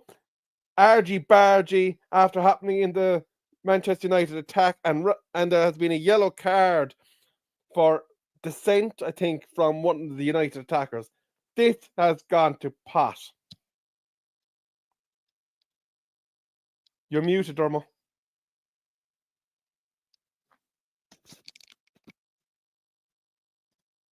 You've no sound, Dermot. Look, I don't know. I don't know what he has to do here. There's nothing on earth like being a... Oh, well, not even going to say that. I want to bring up a few comments here from the Tottenham stuff. The game, it is half-time now at Old Trafford. So, look, very quickly, let's go over the Manchester United game before we get into the Spurs first half. What's your thoughts on that? I mean, how bad is it? I mean, you know how angry I am. How angry would you and Colin be now? How angry? I know you're angry. Do you think Colin will be angry with this performance of this first half? Colin's getting deportation papers ready for Onana. That's how Colin's feeling at the moment because Yeah. his performance today has been unforgivable. Lee mentioned Taibbi. He's worse than Taibbi the way he's playing today. Yeah. And just briefly, there has been a goal at the Everton game. It is currently Brentford 1, Everton 0, and that's gone half time. Right. Well, let's talk about the elephant in the room. Tottenham Hotspur against Man City. We are losing 1-0 at half time. A few Spurs fans have put some very juicy comments into the chat. So let's bring them up. This is Wayne's. Big up to you, Wayne Bonner, the legend that is him. He's on the Tottenham Hotspur mountain, along with all the legends. He says Johnson is a lazy prick. Someone needs to tell him there is a game of football going on. Hook him off and stick Kulu on. And then you got Neil Shaft, and big up to Neil as well. Sadly, Johnson seems to be the only one who can shoot a ball with his feet because nobody else seems to know how to kick a ball to the big thing. And a big thing with the net around. Big up, Neil. We are good at passing to City. Yeah. I'm angry. I am very angry, and I'm trying not to overreact. I'm trying not to overreact's probably the right word because you don't know what could happen in the second half. We could turn it around and win 2-1 and everyone's rosy in the garden again. But this seems to be our performance every game. A shit first half, and then we come out in the second half. But let's start with the starting lineup. Let's start with the starting formation at Tottenham. Out of all of them players, I would say Bergville and Bentancur are the only two can hold their heads up high. I think Udogi's been poor. I think Johnson's been poor. Tell's been poor. Odegaard's huffed and puffed and did nothing. Madison, he's no captain. He's been poor. Vicario's kept us in it. As you said, he's done a De Gea and kept us in it. Look, they're showing the first goal. Do you want to talk us through the first goal? Because there is no way that Haaland should score from there. I'm sorry. There's no way he should be allowed to get anything on that ball. So if you actually look at the build up to this goal, I'm actually even rewinding it here, so I can actually go through it. So you see, Haaland is currently at the start of this move, sitting at the very centre circle in midfield. There's a 2-on-1 attack on the right-hand side, where you see the Man City right back is basically facing into open space, and I think that is Udogi with his back to him, which is absolutely sinful because he does not know when the run is going to commence there. But Haaland, currently on his run, has two Tottenham defenders in between him and goal. So the ball is rolling through. Haaland acts as the focal point, takes it in the middle of the pitch, and moves it on quickly. At this point now, you have 1, 2, 3, 4, 5. You have 6 Tottenham defenders sitting between Manchester City and the goal. Haaland is behind all 6 of those at this juncture. The ball goes out to the wing where you now have 1, 2, 3, 4, 5 Tottenham defenders in a line just in front of the edge of the box, with Haaland, all with their backs to Haaland, which is crazy. And I think even your goalkeeper is blind to the fact that Haaland is running through on his blind side because he's facing out to where the ball is, as he should be. Haaland then is allowed to go through between 2 Tottenham defenders, while a cross that has to get through 4 Tottenham defenders somehow makes it through to Haaland. And I want to look at this ball. It is very tight in terms of the offside call, but I think he's actually played on by 2 Tottenham defenders. But Haaland has no right to receive that ball. No. Who's for you, Dermot? It's your doggy's fault. It's your doggy's fault all day long. I'm sorry. He's the nearest man to Haaland. It's his job to mark that man. It's his fault. Look, they were showing their other options as well. You look at the Slovenia chance he had, 5 yards out. Should have booked that in the back of the neck. You look at the Dooku chance he had, that should have been 3-0. You look at Haaland again, that should have been 4-0. we have a manager. Now, I love Ange. Don't get me wrong. I love Ange. I'll back him all the way. I know he will get it right with the right players. But if you know something's not working, you change it straight away. You look at managers of the past. You look at Pep. You look at Alex Ferguson. You look at even Ten Hag, I would say, and I know hopefully you and Colin don't lynch me for this, but at least they had a little bit of knowledge. Right, this isn't working. We're going to change it. We're going to try and change the system or do something different. Man City, we stood there like little babies, and Man City have just rolled over us. And I'm actually going to say this to you, Dermot.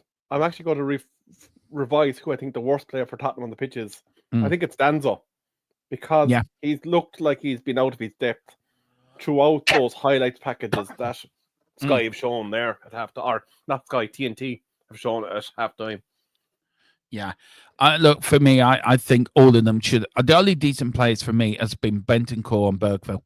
They're the only ones that have tried. Ange picking this team, it's got no teeth. This attacking lineup is nothing in it. Absolutely fucking nothing. I mean, Johnson's been poor. Odegaard's been poor. Tell's been poor. Madison's been poor. Your doggy's been poor. Archie Gray, he's not even a centre back. Vicario's kept us in it. And I don't just, you look at Man City, they've got quality on the pitch. Whatever Ange does, the damage has been done now. The damage has been done. Here's the thing, though, Dermot. The scoreline is 1-0. I know. If he can go out and get at the game and take it by the scruff of the neck early doors in the first half and pull this game level, you have a chance to turn this over. But if he does not make substitutions at half time, I'd sack him there and then. This is the thing. And look, every defeat is the same question. I'll ask the question again before we do final score. Is Ange going to be sacked tonight? When does enough become enough? When does it?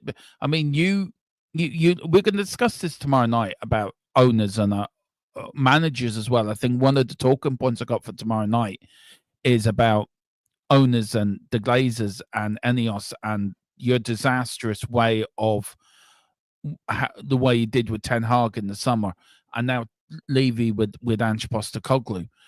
When does enough become enough? And we broke last night the takeover is happening. I think that has a major impact on why Ange is still in the job. Because if you got a takeover, there's no point sacking the manager before the takeover is complete, because the new owners will come in. They're going to want their own man in there anyway. So leave them there, and we'll sack them when we come in. We got Chris to the end of the season, no? Look, we're still in Europe. I think that's his saving grace. But when does enough become enough, though? I want Ange to work. I want him to succeed. I want him to prove everyone wrong. But I'm dying on a hill that is very quickly becoming sparse because everyone's running off this hill as quickly as their legs can carry them. And tonight, games like this doesn't help him. He's clueless. He's standing there, absolutely clueless. You said it yourself. There was Ange standing in there, hands in his pockets. There was Pep. The YMCA nearly. Yeah. I'm surprised you didn't break into Saturday Night Fever on the touchline. You know, and this is what makes a great manager. This is my point, that this shows you being a brilliant manager to an ordinary manager. There's a difference. You can see what your manager's doing at Old Trafford. He's only been in there for 6 months, 7 months. So he's at the start of his journey. So I think all this talk about getting rid of him and sacking him, I think it's a load of bullshit, to be fair. I think it's not fair. He cannot be blamed for... And by the way, Liverpool are 1-0 up against Newcastle already. He can't be blamed for what's happened at Old Trafford, because I think it's down to the Glazers and it's down to Ten Hag and it's his players. So that's a whole different thing. But this is an Ange team. This is an Ange team, an Ange system, an Ange players that he's bought. And again, it goes back to he wasn't backed in the summer. He wasn't backed in January. And this is the fall short of it. ANGE, as the teams are in the tunnel now, there doesn't seem to be any substitutions. It looks like the same 11 going out. This is where managers earn their money, by making big calls. And it doesn't look like he's making any big calls. Well, It looks you like have the to question same his 11 battle. coming out again. To Yeah. answer your question, yes, he should be sacked tonight. And that's me answering your question. Yeah, he should be sacked tonight. Yeah, I just look in there. Actually, there's a close up of Pep's head, and he's got a big red mark over his ear. It's like somebody Yeah. slapped him again. So I actually wonder what's going on in Pep's head at the moment, because actually I'm just seeing the Spurs manager. Oh, He looks yeah. like he's looking ready, like he's getting ready to go down the pub, and he's wondering where's Dermot to go down for pints, because that doesn't look like a manager that wants to take on the game. The hands are back in the pockets. He's kind of dodging about in the technical area and nothing doing. He's going ahead with the same lineup. That is balmy. Right. I just need to pop to Luke. Can you take over for a couple of minutes? I'll be back. No problem at all. I'm gonna leave the scoreboard up, guys. I will start the scoreboard, and then at least that be up there, and then I will be back in a minute. And we're off and on the way, so I'll leave it to you there. So, as I fill in for Dermot, Tottenham Hotspur have had 0 changes at half time, which is rather concerning. But the first attack, Manchester City defence pretty much snuff it out before it even gets past the halfway line. And altogether, too much time being given to City getting out from behind. But now, a bit of a forward press from Tottenham Hotspur.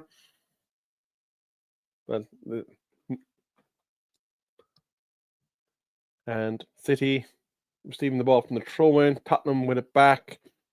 But that's a careless back pass that Tottenham have been put under pressure. Apologies now for the poor commentary. Tottenham have the ball in their own half. City pressing forward, making it difficult for Tottenham to develop the attack, and it's back with Vicario, who's looking for an option. Ball is still at the feet of Vicario in the Tottenham box. Good, decent ball, but doesn't beat the defender. Tottenham do seem to be hunting possibility of an attack developing here. Tottenham moving forward into the box, into the truth. Goes down looking for the penalty, but not given. I don't believe there was enough contact there to warrant a decision from the referee. I'd imagine VAR will let us know if there's anything to come from it. But Tottenham now back with the ball they were back with the ball in their own half, but City have stolen it from them and are now trying to develop an attack. 2 Tottenham defenders, and Salvino's gotten past both of them. What's going on here with Tottenham and their defence? They have recovered well, so they can be thankful for that, but that was in the moment there for the faithful at the lane. City with another ball through. Haaland waiting for it in the centre of the box, but it goes past them all and over to the other side, where Jeremy Dorgu has plenty of time to try and cultivate yet another City attack. And Spurs are slowly pushing them out, so the danger seems to have passed for the time being. But concerning here for Tottenham, in that they haven't managed to establish themselves early doors here in this second half. And City have been given a lot of time to try and reimpose themselves on this game.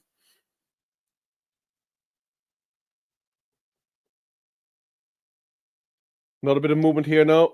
And a good ball through for Manchester City. And well done there that time by Udogie, who managed to get foot to ball. And let's see if Tottenham can develop an attack from here. James Maddison picks up the ball here, just in the inside of the Tottenham half. But the ball through does not go 2 feet. and Ange has his hands waved wide looking for a free, but it was never coming from Mr. Gillette today. So Man City here again with the ball in their own half as we wait for this to develop further. And the ball goes through to Marmouche again, who has been a thorn in the side of Tottenham today. And Bentancur, who is on a yellow card, commits the foul. Bentancur is going to have to be careful in this game because he is going to make the referee make a decision if he has another foul. Not too much in it, but when you're on a yellow card, you're going to need to be a bit more aware of what is going on. 835 of you in the chat. You're very welcome to Tottenham Hotspur Till I Die. It is Manchester City free kick here with 49 minutes, 36 seconds of the first half elapsed. But Bentancur, unfortunate that the referee did not reach for that second yellow card. He is going to have to be careful now. How we start the second half? I take it no substitutions. No substitutions. City have had your ears pinned back. Bentancur had to make another intervention, which could have caused him to get a second yellow. So he is now very firmly in the referee's notebook. I'd imagine another foul will see him dismissed. So it might force Ange to make a decision on whether he can afford to leave him out there, because it is very early doors in the second half. If we concede another here, I think it's game over. And then it's just how many City have scored to prepare. Free kick comes in, header out, flick on by Johnson. Here's Doku now. It's been a thorn in Tottenham's side. Here is Doku now. Trying to shoot. Oh, wide. Very, very wide. Do you know what? Ange, do you know what? I'm looking at. Let's talk about Pep for a little bit. Because there was a picture of Pep with a very big handprint on the side of his head. A very big handprint on the side of his head. Yes, there was.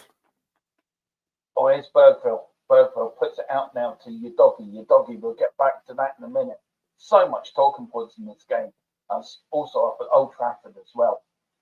So final score is going to be really interesting. Oh, here's Tottenham now. Here's Odegaard. Odegaard puts it back now. Crosses it in. Oh, is that James Madison? Has there been a substitution for Spurs? Not that I've seen thus far. No, but, that's Madison. I thought it was Werner. It's Madison. That's okay, yeah. Madison, is that Kula, though, on the bench or on the sideline getting ready to come on? Yeah, it looks like it. We do have Regulon, Son, Basuma, Goal! Werner, Kulu. Go. Where are we going? We're going to Old Trafford, where it is Manchester United 3, Ipswich 2, and the goal has been scored by Easter Island, Harry Bladen Maguire. Slabhead. Give him his proper name. Would you care to speculate as to whose paw that is on the side of Pep's head? Haaland. Actually, interesting comment for you there, Dermot, from Niall. Yeah. Oh, the poor old Aussie. Aussie looking a bit old and bored and angry. Yeah, Madison, you don't have to make every effing pass look like you have the better than average ball skill. Use the pass inside. I agree with them. I absolutely agree with them. Neil, absolutely spot on. Absolutely spot on. But his tail. Cattell get in, brought down straight into Anderson. Edison's had a good game, actually. And for us saying he was the weak link of the Manchester City defence, he's proved absolutely the other now. He's been outstanding. Big up, Neil. Good comment, though. Good comment as well. 865 here in the house, guys. Well done. And it is a free kick. Woosa, Dermo. Breathe. I'm getting sick of this. He's standing on the touchline like a fucking idiot. Seriously. Make a fucking decision. Take players off. Put players on. Do it at half time. Don't be such a dildo. City. Fuck me. Fucking, you get more use out of a dildo than you do out of Ange Postecoglou. Niall saying the Eric Dyer school of sideways and back passing. Yeah, there's Man City again. Man City are tearing us to pieces here. They really are. His shoes got deflected off Danso. That Savinho's been I mean, just talk us through. I mean, Savinho's torn. They're tearing us to pieces, really, aren't they? And that's not an exaggeration, is it? Really, Kevin, to be fair. I'll be honest with you, that Tottenham defense, it gives me the heebie-jeebies. I'd be concerned every time I see any attacker coming forward, because obviously we know Gray is not a centre back, but No. Danzo, where'd you get him from, Dermo? Because he's looked very poor. He's from Rennes, but he's been playing well. He's playing well up to now. Tonight's probably his first proper full game, I would say. Would you say it's down to the makeshift team? Yeah. He was brought in. He's a slight improvement on Dragerson, because Dragerson's out, so we had to get an extra centre back in. But I don't know. The way we're playing, here's Bergville now. Bergville trying to burst forward, trying to look at. Go on. Ooh. Well done, Berg. Only two players, Bergville and Bentancur, the only two that have shown any guts or determination tonight. The rest of them need to hang their heads in shame. Here's Porro. Crosses in. Oh, how the fuck did we not score? How did we not score? Obert did not get a decent touch to that at all. If that was Brendan Johnson, that's 1-1. I'm telling you now, if that was Brendan Johnson on that side, that's 1-1. Oh, he missed an open goal as well. No wonder he can have. Oh, there's Ange. Do you know what? That's the only bit of enthusiasm we've seen out of him all fucking night. And yet, there's still no sign of a change, which concerns me. Yeah, it concerns me as well. Look, we are going to talk about this tonight, and we will talk about it more tomorrow. Could Ange be sacked tonight? I mean, if you're Daniel Levy and you're watching this, what do you do as chairman? Do you have to bite the bullet somewhere along the line? Well, you're going to have to, haven't you?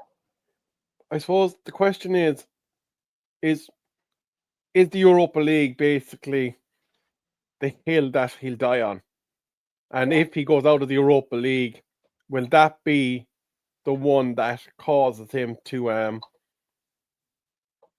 decent ball in there by Spurs, but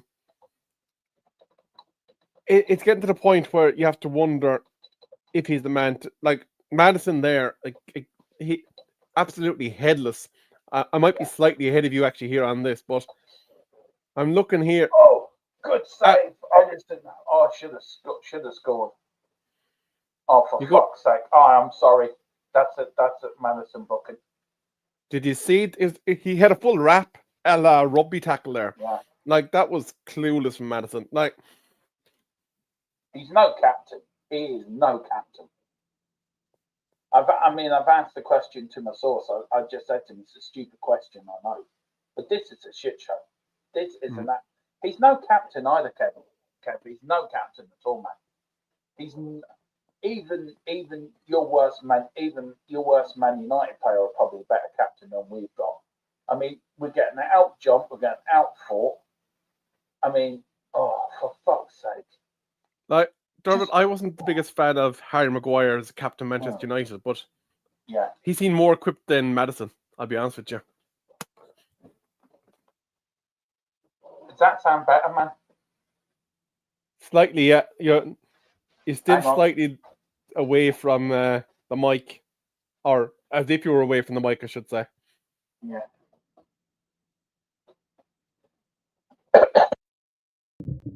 How's that? Is that better? You're on the ball now, Mr. Dermot. You're on the ball now. Taking it out and plugging it back in again. Have you turned it on, turned it off? A bit like the speaking terms in the Doyle. Turn it on and turn it off. But I don't know. Big up to Carl. It says, this is what pisses me off from Ange. This wasn't working in the first half. Chris, Carl, we've been saying it, man. Me and Kev have been saying this. Is he digging his own grave? Is he that stubborn? This will work. I want to be proven right. This will work. And if we get a goal, we're going to say, okay, he was right to stick at it. Yeah, like I can't see the logic behind persisting with the attack. I can't. Big up 951 if you're in the house. Go on, 50 more. We've got 1,000 people watching this. Let's get to 1,000 for Kev's debut on THFC Till I Die. Done so with a header straight down the throat of Edison. Oh, Like, good header as well. You're at nearly 60 minutes in the game. Oh, you're not going to believe this, Dermo, but there's action at the sideline. Oh, Jesus. Good job I'm sitting down here. Like, I would have passed out. Yeah, brace yourself now for the camera shot that you're about to see. Brace yourself. 3 of them. Jesus. I know. What's happened to Ange? Has he got the phone call down from Levy? If you don't put 3 on, you're getting the sack. So, who do you think? I would say your doggy coming off for Spence. I would say Madison come off for Kulu, and I would say Son. I would say Odegaard will come off for Son. So you're going to leave Tell out on the pitch? Interesting.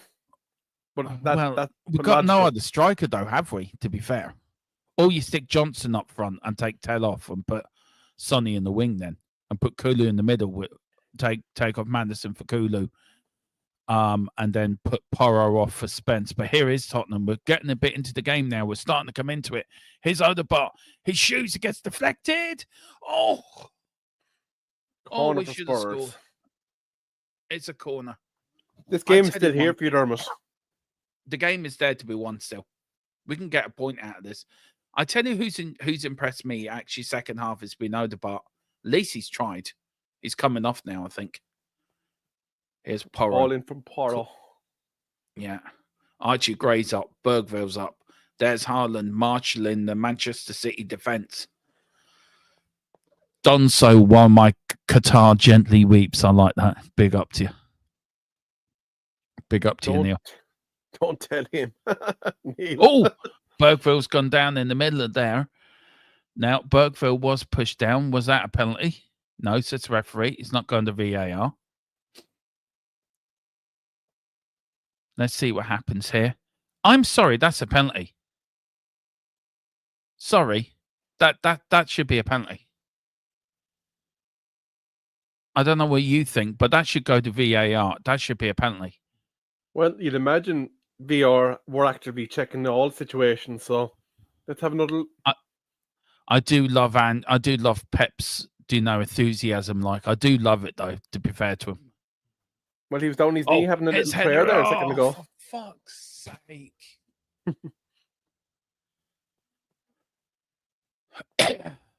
Jesus Christ. I was going out for another corner, I think. Or was it goal kick?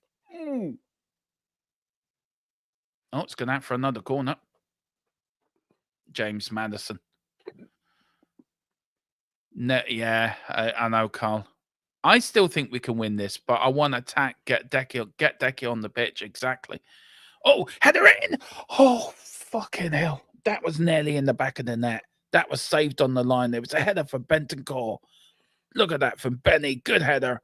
Oh, that was in the back of the net. And also a good save from Anderson on the line. Don't worry, Domo. We are picking up. We can do this. Yes, I know. But do you know? Oh, dear. Big up. Nice back of the shoulder blade, yeah. But here's Tottenham. I'm saying the last 10, 15 minutes has been all Spurs, by the way, Kev, by the way. It has been after... Excuse me. After the initial offering from City, where they seem to be in control of the game early doors in the first or the second half. Here's Duku. Oh, is it going to go out for a corner? Look at Archie Gray. Look at him. Good up from Archie Gray. Well done for the British Bulldog. Instead of playing it around, kick it up the fucking pitch. It must be about 5 minutes now since the subs have been were shown on the sideline at this stage. I know. I look. If I was Tottenham, I would have put the ball out already. Get them on. Like, you definitely don't want to be conceding a second goal before the introduction. I know. Which could happen. Knowing our luck. Jeez, But look, Carl's even bemoaning the loss of Solanke. Yeah. We'd never replace Solanke, and Solanke was a big part of our game, by the way. By How the we way, played- Dermo, take a look at Yeah. the top of the screen. You breached 1,000. Yay! Big up. It's amazing Tottenham losing brings out all these Tottenham fans. Is it Arsenal fans, I wonder? Probably dancing on my parade. Anyway, big up to 1,000 of you. I can't believe 1,000 of you. What we're looking at? Yeah, 1,000 on X and 4 people watching on our own channel. X is the future. X is the future. YouTube. Is get Elon your paying us acting yet? on. Pardon? Is Elon paying us yet? No, not yet. I've got a long way to go before Elon starts paying me. But it is nice to see the big numbers up there, 1,000. Do you know what I mean? Yeah, absolutely. But you got to pay for the bloody thing as well to use the premium sites. It's not like YouTube where it's free, but it's well worth the €8 a month. Here's Man City. Do you know what? I just this. Oh, here's your doggy. Here's Tottenham. Tottenham are on the break. Here's your doggy. Your doggy. Tell. Oh, for fuck's sake! Jesus, So get that man off the pitch now. Just get him Here's off your the pitch. substitutions. Please get him off the pitch. Just talk through this with you, Kev. I'm So- too angry to talk about it. It looks like the first. Oh, is Bentacore coming off? That's interesting. Yeah, it's very interesting. So Tails we've coming got off. Kula coming on. We have Tell coming off. Bentacore Yeah. coming off. I'm not surprised after that fucking horrific miss to fucking useless article. Well, I'm And not surprised Udoka. Bentacle coming off because of the yellow, to be fair. Yeah, he wasn't. He did have that foul early doors in the second half, so Yeah. he's probably. Papa Star's coming on. Oh, Obert, For the your French guy's doggy. got off as well. You see, Obert has gone off, but looks with 2. How many have gone off? So Tell's gone off. Tell's gone off. Odegaard's gone off, and Bentacle's come off. Yeah, interesting. Fine. What way are we lining up now? Yeah. Man. There's Madison. Sweden Spurs behind. How could you put anything on the Union Jack? Sorry, guys.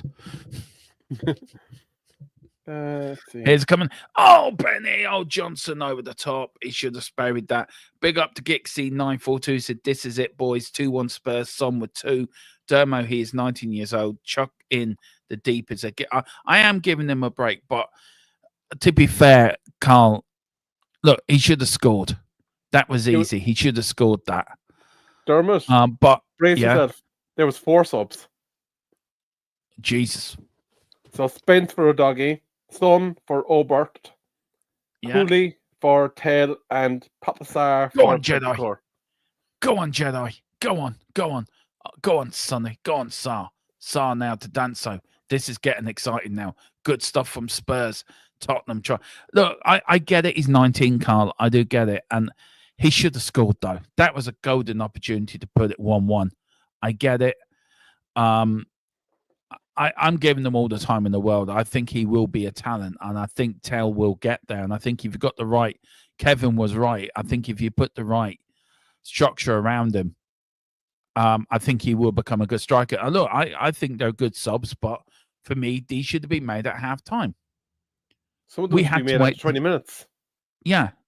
We were both saying the game, it's not working. This formation isn't working. Once we get on to big up, probably the weekend, I am going to probably get you on, Kev, with Colin as well. And we will do a tactical stream about this game because on Big Up you can do different tactics like you can on Sky Sports. Ooh, And I like that. really want to go through Ange's tactics, and especially this game. But it's just Spence to Papa Sa. Oh, why did we didn't score? Oh, don't tell me tonight's going to be one of those nights that we've played better second half. To be fair, we have played better. Absolutely, yeah. No, that is beyond doubt. Actually, since the Bentancur foul in the second half, he kind Yeah. of owned the game. It's that Roy Keane moment, isn't it? It's that tackle, as you said earlier. It's that Roy Keane type tackle, right? See he should be captain. Big up to Carl saying tell has not been. I know he hasn't been our problem, but we have missed Solanke so much. But Ange should have made these changes a long time ago. He really should have been. Right. Oh yeah, I'm gonna have my say in that as well tomorrow night. I want to get the guy's thought on this as well, or his Sonny. No, they pull through. I might even do a little pre-record tomorrow on that. With Romero back, does Romero put country before club?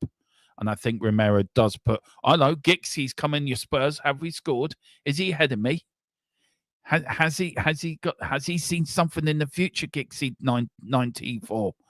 Has he? I think he's just getting excited because a stat came up on the graph that you've had 7 chances in the second half compared to your 2 in the first half. Jedi Spence looking for options up against Man City. Here is Tottenham. Go down for a corner. Come on. That's B Avenue. Come on. Oh. That's B Avenue.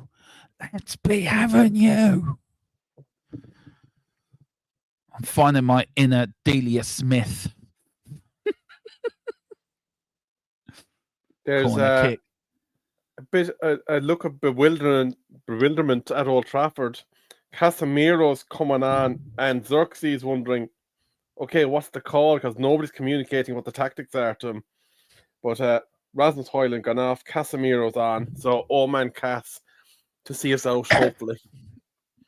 Lovely crossfield ball. We all know City have not turned up. This is what scares me, though. I hope City don't hit us on the break. Oh, well done from Papa Sarr.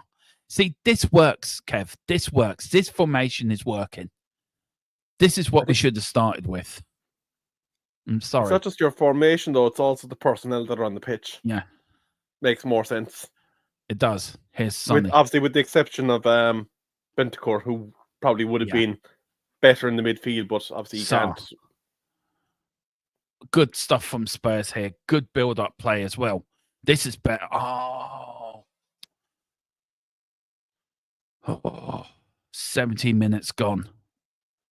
Of course, next week, guys, it is a 5 o'clock kickoff for the I think it's 5 o'clock kickoff or a 5:30 kickoff for the Europa League game as well next week, guys. So we are going to be on early.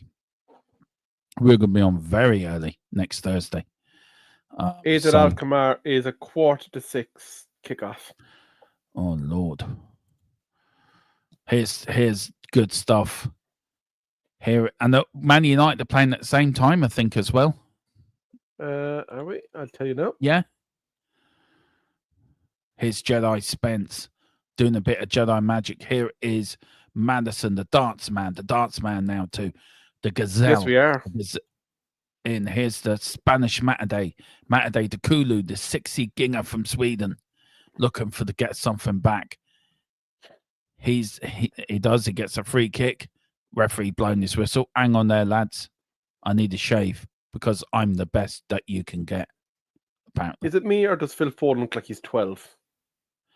Yeah, it looks like he's just become a teenager. And that he's been told off by his dad because he hasn't done his job correctly. Like Pep's like, you should have done this now. You should have done that. So here's a concerning one now for you, Dermot. It's Bernardo Silva, the Portuguese wizard, is now on. Do you know what? I have to say I do have a grudgingly respect for Pep. I have to say. And it's the sort of fella that you would love to go down the pub and have a pint with, and probably have a good talk about football, and you probably enjoy it as well. He's character, a bit like Fergie. He He's is. a character. It's a bit like Brian Clough in a way. He's an Do you know an enigma? Do you know what I mean like that? Yeah. They were all special in their own way. Like the special I don't one. think it. Huh? Like the special one, Mr. Mourinho. Yeah, I think I think Fergie. Look, Fergie's. I think more as a manager, he's a better manager than Pep because he's done a lot more. I think what Pep hasn't done, what Pep's done in the English game has been great, but I think Fergie was more successful. Absolutely. And Fergie built these teams. I'm looking at your Ginger Prince, and I'm kind of going, why the hell did we not go for his him? Johnson running past his Kulu. Oh, for fuck's sake. I like Gixie. No try, not do, or do not. There is no try, Master Yoda. I can't do the Yoda. I will try get it right. Do not. There is no try. That's it. I know, where's that going out of? Oh dear. Big up Gixie. I love our community. We have a great community here.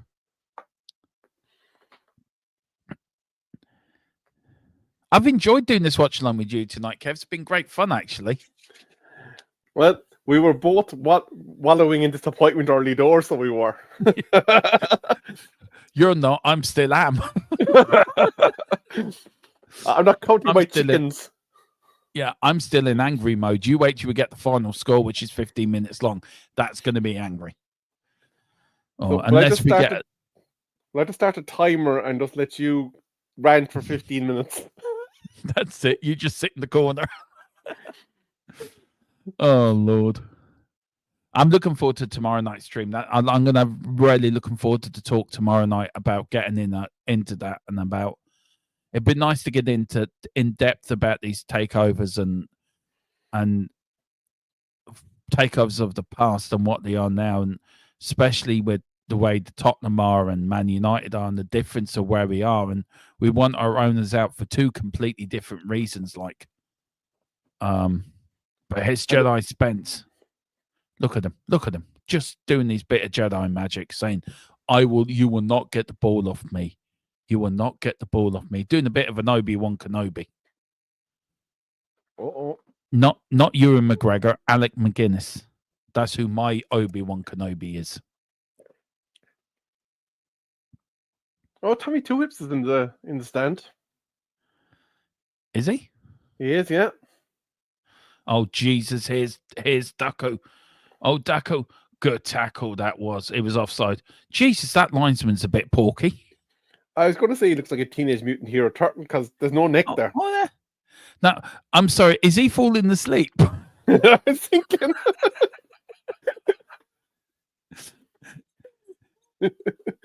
Is he really struggling to stay awake? Like, let's just think about it here for a second. How many English players are on the field that he'd actually be reasonably considering to take into an England squad? 2. Jed Spence. I like. Oh Jesus Christ, we're really desperate. Oh, we're really desperate. Who did you just see? Because I missed that. Timo Werner's coming on. We're really depth the bottom of the barrel now. Yeah, I'm just waiting now for Timo to score the equaliser, and you'll be kissing his feet. I won't be kissing no one's feet. I would have bought on Dean Scarlett, actually. To be fair. But anyway, you know the score lines in all the other games. Yeah, just go through them, actually. Yeah, sorry, Kev. It's still 3-2 to Manchester United. It is still 1-0 to Brentford. Nottingham Forest and Arsenal are still scoreless, and just coming up to half time, it is still Liverpool 1, Newcastle 0, Szoboszlai with the goal there. And at the moment, the possession stakes in your London rivals, Arsenal have 65% of the ball. They've had 11 shots, and guess how many of them have been on target, Dermot? One. So they couldn't hit the flies off a camel's arse. And they needed a striker. There you go. I'll take her out. Oh, God. Carl, how do you feel about Werner and the dance floor coming on? I mean, I never thought I'd be saying that again. Werner and dance floor. We've played better the second half, I have to say. It's been more of an even game second half. City haven't had that many chances, but Pep looks angry. He does look angry. He's got a red face in him. He should leave the old tomato ketchup alone. Yeah, I have a funny feeling that Haaland might be beating him again tonight. Yeah. Do you reckon it is Haaland giving him an old kicking in the dressing room like? Well, he does come across as the kind of lad that would be kind of saying, sorted out here, we're playing like donkey water.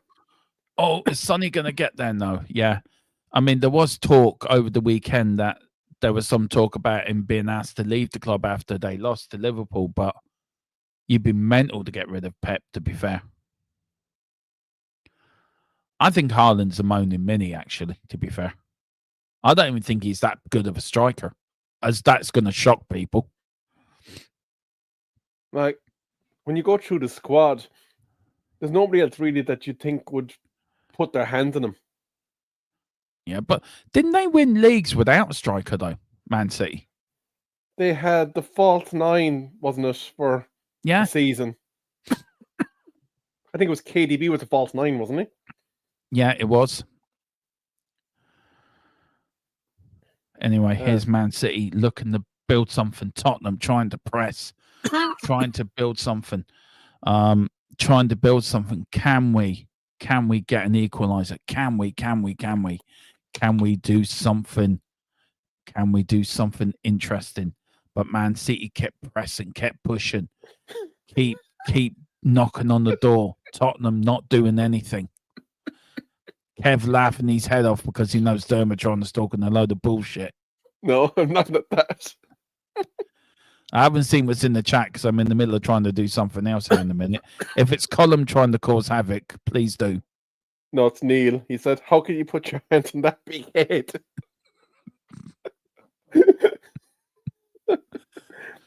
Oh, I don't know. Kane is better than... Yeah, he is better. I think Harry Kane's better. Oh, look at Jedi Spence. Just pushed over Foden there. This game's flown by, actually, to be fair. I just like to point out I take Rooney over both of them. In his prime. Oh, Jesus Christ. He took Madison off for fucking one useless article for another useless article. Who's got the ban now, Ange doesn't want to... Ange doesn't want to win this game. Yeah. And the 12-year-old now standing over the ball. Yeah. Here comes Timo, the I'll miss everything Werner. Look at him. He's all happy. I'm playing again. I'm on the pitch. You thought you got rid of me. But I'm here. Here's Foden, standing like the Messiah. There's Haaland standing in offside position. Yeah, Carl's just practicing. Werner. I want to hear Carl doing Werner and the Gary Neville scoregasm. Oh, good deflection that was from somebody. Don't know who got deflection there. Was that from who was Danso, that? was it? Danso. He does put his Danso. Good. No, but Waterfall looks Danso. injured here. It looks like he's in a spot of bother. Yeah, my heart bleeds from. Dancer on the dance floor. Actually, Samurai Jack. That's my new name for Haaland. Yeah. That linesman is a bit porky, to be fair to him. It's not so much porkiness, because we all have a bit of timber, but it's the no neck for me. He needs a little scooter to go up and down the touchline. Now behave yourself, Dermot. Behave yourself. Don't be like that. Carl, Gary ain't got nothing on me. Yeah, Carl. We will get Carl on. Carl is our Gary Neville. Here's a corner kick to Forest. Here's Kulu. Kulu tried to do a bit of a Pele magic there. Yeah. I don't know when Foden's riding in the Kentucky Derby. Fucking hell, Sonny. Oh, go on, Sonny. You know you can do it. Go on. Go on, Johnson. Take on your man. That's it. You know what you're doing. You know what you're doing. Sonny! Oh, please tell me that should have been in the back of the net. That should have been Edison 1-1. got down well, in fairness. Like, Sonny got good connection with us. Oh, that should. I agree with Gixie. I just don't think it's our night. It's. I'm sorry. He should have put that in the far corner, to be fair, instead of. Oh, fucking hell! I think You you know have to what's give gonna credit happen. to. You have to give credit to Ederson. He got down well there. He did. He did. Oh, Carl, will someone put the ball in the net? I know. Second half, we should have won this 3 or 4-1, by the way, with the amount of chances we've had. But this has been Tottenham all season. One shit half, one great half, like. Absolutely. Sonny of old, that's in the back of the net. Harry Kane, that's in the back of the net. Brennan Johnson, that's in the back of the net. Timo Werner, that's over the bar. There's a point here for you, if you can just take it. Yeah, I would take a point now. I would take a point now. I would be happy with the point because I really would be happy with the point. Here's Danso. Good run by Danso. Here's Werner. Go on, Werner. Oh, well done. Oh, well done. Well done from Jedi Spence. Well done, Spency. That's what I like to see. And where's Werner? Run after the fucking ball, Werner. Run after the fucking ball. Jesus Christ. Goal at Everton. Oh, is It's it gone 1-1.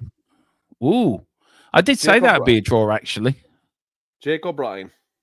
Yeah. The Irish kid. I did say, yeah, well done, Jacob. I did say that would be a draw, actually, so I'm quite happy with that result. Here's Kulu. Here's Johnson. Johnson trying to find Kulu in the dance floor. Gets out. Tottenham throwing. Trying to get the ball quickly. Look at fucking Pep. He's fuming. He's lost the plot.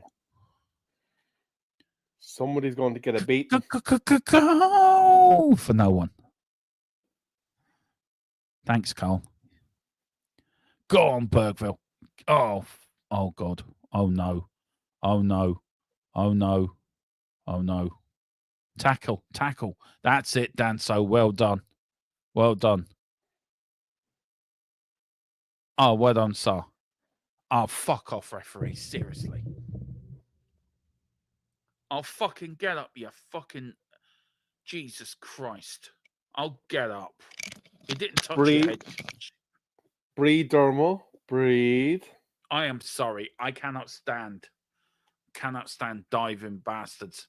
Didn't touch his head, for fuck's sake. He touched his shoulder. Get on with it.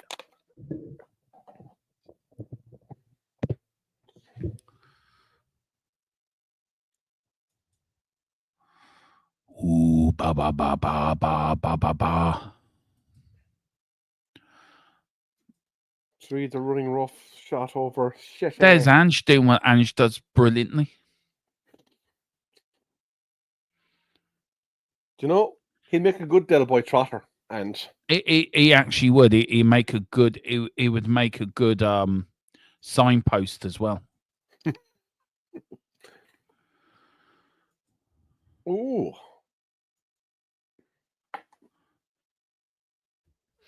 We're coming in the last couple of minutes of the game. Here's Jed Spence. Jed Spence now to Maloney. Maloney now to the postman. The postman now. Here's Manchester City. Can they make it 2-1? Good tackle. Good tackle. There. The ref is They're on. looking He's for a penalty. Oh, please. Stop it. Seriously. You hit Danso in the head. Get over it. See the ref going down? Yeah. Good tackle. Has Danso impressed you in the second half? Oh, is that a penalty? Did that touch his hand? Oh, the referee fell over on his ass. Yeah. That referee yeah, go on. Danso's definitely. Oh, sorry. just to cut across, it's all kicking off again at Old Trafford. Ipswich are very irate at something that happened on the pitch, and the referee is coming in now to cool things down. I'll let you know what's happening there in due course. But yeah, Danso has had a way better second half, and in fairness, he has improved well. The lap, though, is very irate about something that happened with Mr. Ugarte. Neil said the ref is calling on VAR for his falling. It's got to do a VAR check. We have a double yellow, Mazraoui, and the lap is up. How's that a fucking free kick? Seriously. Oh, that Foden is a good... Do you know what? Let's see it. Did he get the ball? Did he get the ball? Did he get the ball? Yeah, he did get the ball. It's just Foden falling around like he's a little rag doll. Get on for it. It's all kicking off at Old Trafford. That's incorrect. There's going to be fruit available. Oh, that's bigger than. And the shower is you walk up into the stands and you find the hole in the roof. I look, as I said, tomorrow night's going to be interesting because it's going to be a rant from you, a rant from me, but it's going to be an educational rant. And we may chop our hearts the odd one or two people. Yeah. I still haven't got a reply from my source yet if Ange is getting sacked if we lose this. It's just something that I actually do ask him after every game. What I want to know is... I want to know why he's still in the job.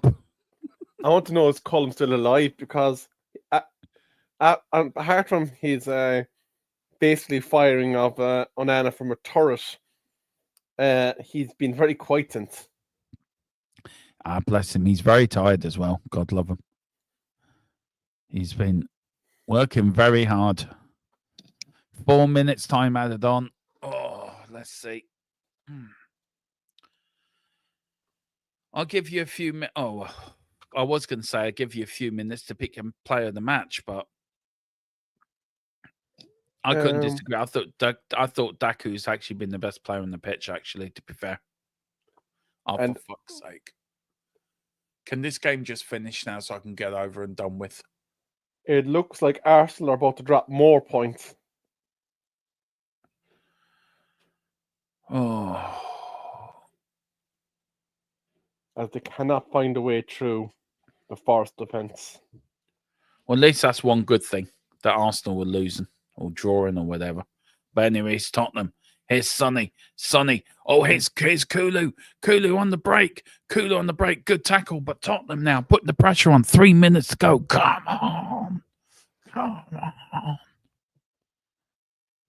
Surely. Go on, Dancer. You know you want to do, son. Here's Sarr. Sarr now. Sarr puts it out to Werner. Werner looking for options. Sarr. Werner doing what fucking Werner does well. Ballses it up. Here's Bergville. Good tackle from Bergville. Who's Kulu? Manchester City trying to get it in. Here's Archie Gray. Go on, Gray. Good tackle. Through Pep's legs. Look at that for a bit of skill. Look at that. That was a bit of skill.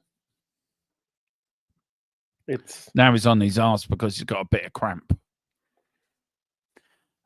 Pep's excited because he got nutmegged. Do you know, you got Sonny saying to him, come on, get up. That's it, get up here, Pedro. Come on, get up.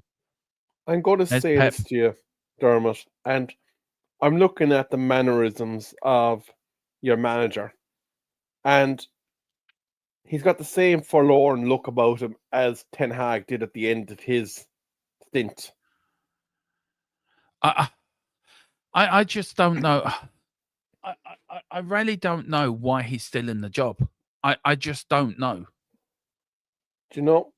He's like that pony that knows that his leg is broken and that the shotgun is coming, but he doesn't know when they're going to load it up and put him out of his misery. Yeah, I know. I agree with you. Look, second half, it's been a good performance by Spurs. It's been a far better performance second half. Really has been. But I am sorry. I am sorry. That first half was absolutely shocking.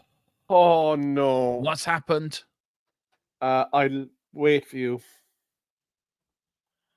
Oh no, I just don't like the look of this. I don't like the look of this. Here's Haaland. Here's Haaland. Here's Haaland. Here's Haaland. Here's Haaland. Fuck off. Seriously. Fuck off. Just fuck off. Seriously. Just go. Fuck off.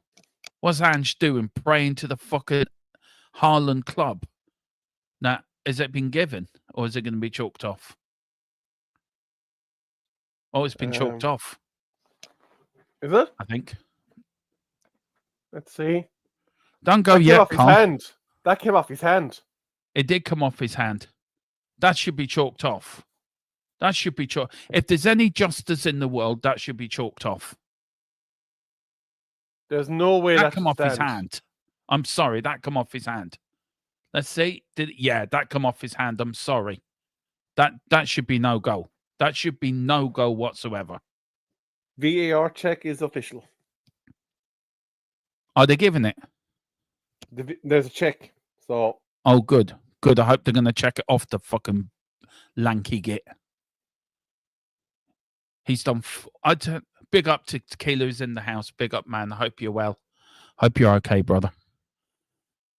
Tottenham do not deserve this. They've been absolutely... Tottenham have been brilliant second half, I have to say. And I'm not just saying that, Kev. They have been brilliant second half. Once he made the changes, they've been very good. They took their chances. They should be drawing in this game. Yeah. Carlos right. We should have played like the... Oh, it came off the player's shoulder. So can you really... Oh, this is going to be controversial, whichever it looks way forearm. you look at it. And actually, it looks like it's sandwiched between Danzel's arm and Haaland's arm. Yeah. Oh, are they looking to see if Danso handled the ball? Are they looking at that as well?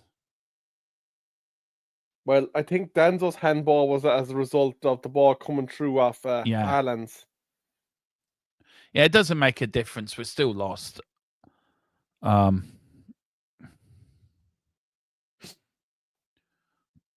I mean, this is something I want to talk about tomorrow night. Maybe talk about it in final score as well, VAR. How long this has taken to...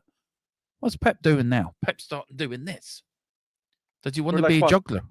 2 minutes into this VAR check now at this stage? Oh, Jesus Christ. It's not that hard. A trained monkey could actually get this decision right. I wonder, are they arguing? Did it come off the back of Spence? Is it? Yeah, if they're not sure, then don't give the goal. If they can't be 100% accurate, then don't give it then.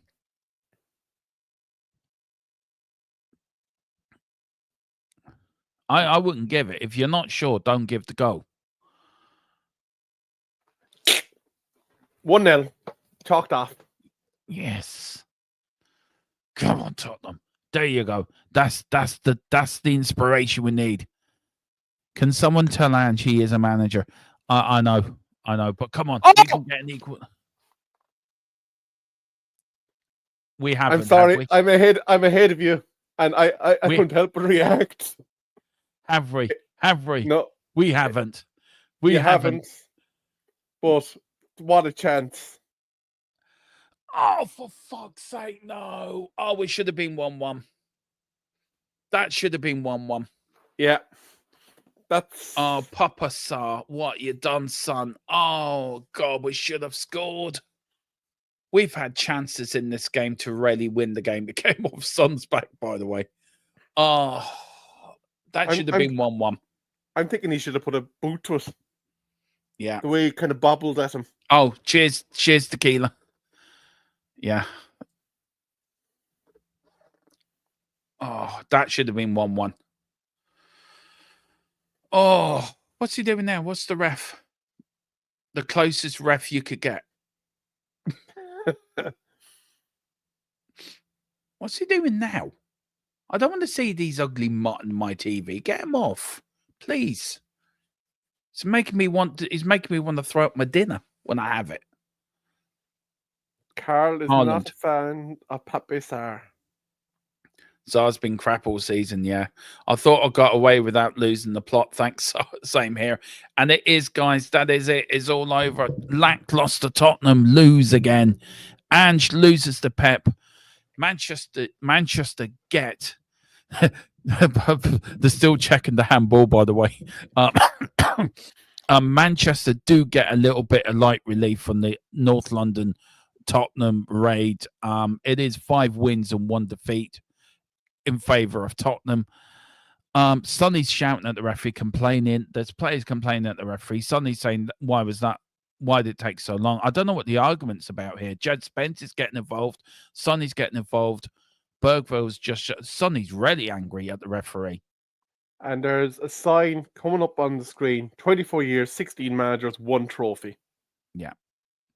Well, as you know from last night's stream, there's Pep talking to Ange. Pep is saying, I know you're going to get the sack, mate, so enjoy your retirement. Yeah, big up to that lady there in a leopard skin jacket and her leggings looking. There's Daniel Levy. What's he thinking tonight? What's his thought process? Listen, guys, we're going to end this watch along here. Do come over and join us straight away for final score. We're going to talk about this match. We're going to go over the Man United match as well. We're going to go over the Premier League as well. So very quickly, Kev, where can people find you before we jump straight over to final score and we get that show on the road? Absolutely, yeah. You can find me at Kerry_Rebel on X and then on MUFC Spotlight as well. And obviously here now as well. Yeah. Well, listen, we are going to end it here. Thank you, everyone. 1,280 of you have joined us tonight for this game. Thank you so much indeed. Really appreciate it. We're going to quickly give us about 5 minutes. I need to send a link to my co-host for tonight and tomorrow. I need to send him the link. We're on for final score. We're going to talk about Tottenham. I'm going to have my say. I'm sure Man United, Mr. Man United next to me is going to have his say, and we are going to talk about the rest of the Premier League. We're going to talk about the chances, and we are going to talk a little bit about what we're going to talk about tomorrow night, because it's going to be spicy. Right, see you in a few minutes, guys. Come on, you Spurs. I can't say it, just we love you, tequila. Eyes on the prize.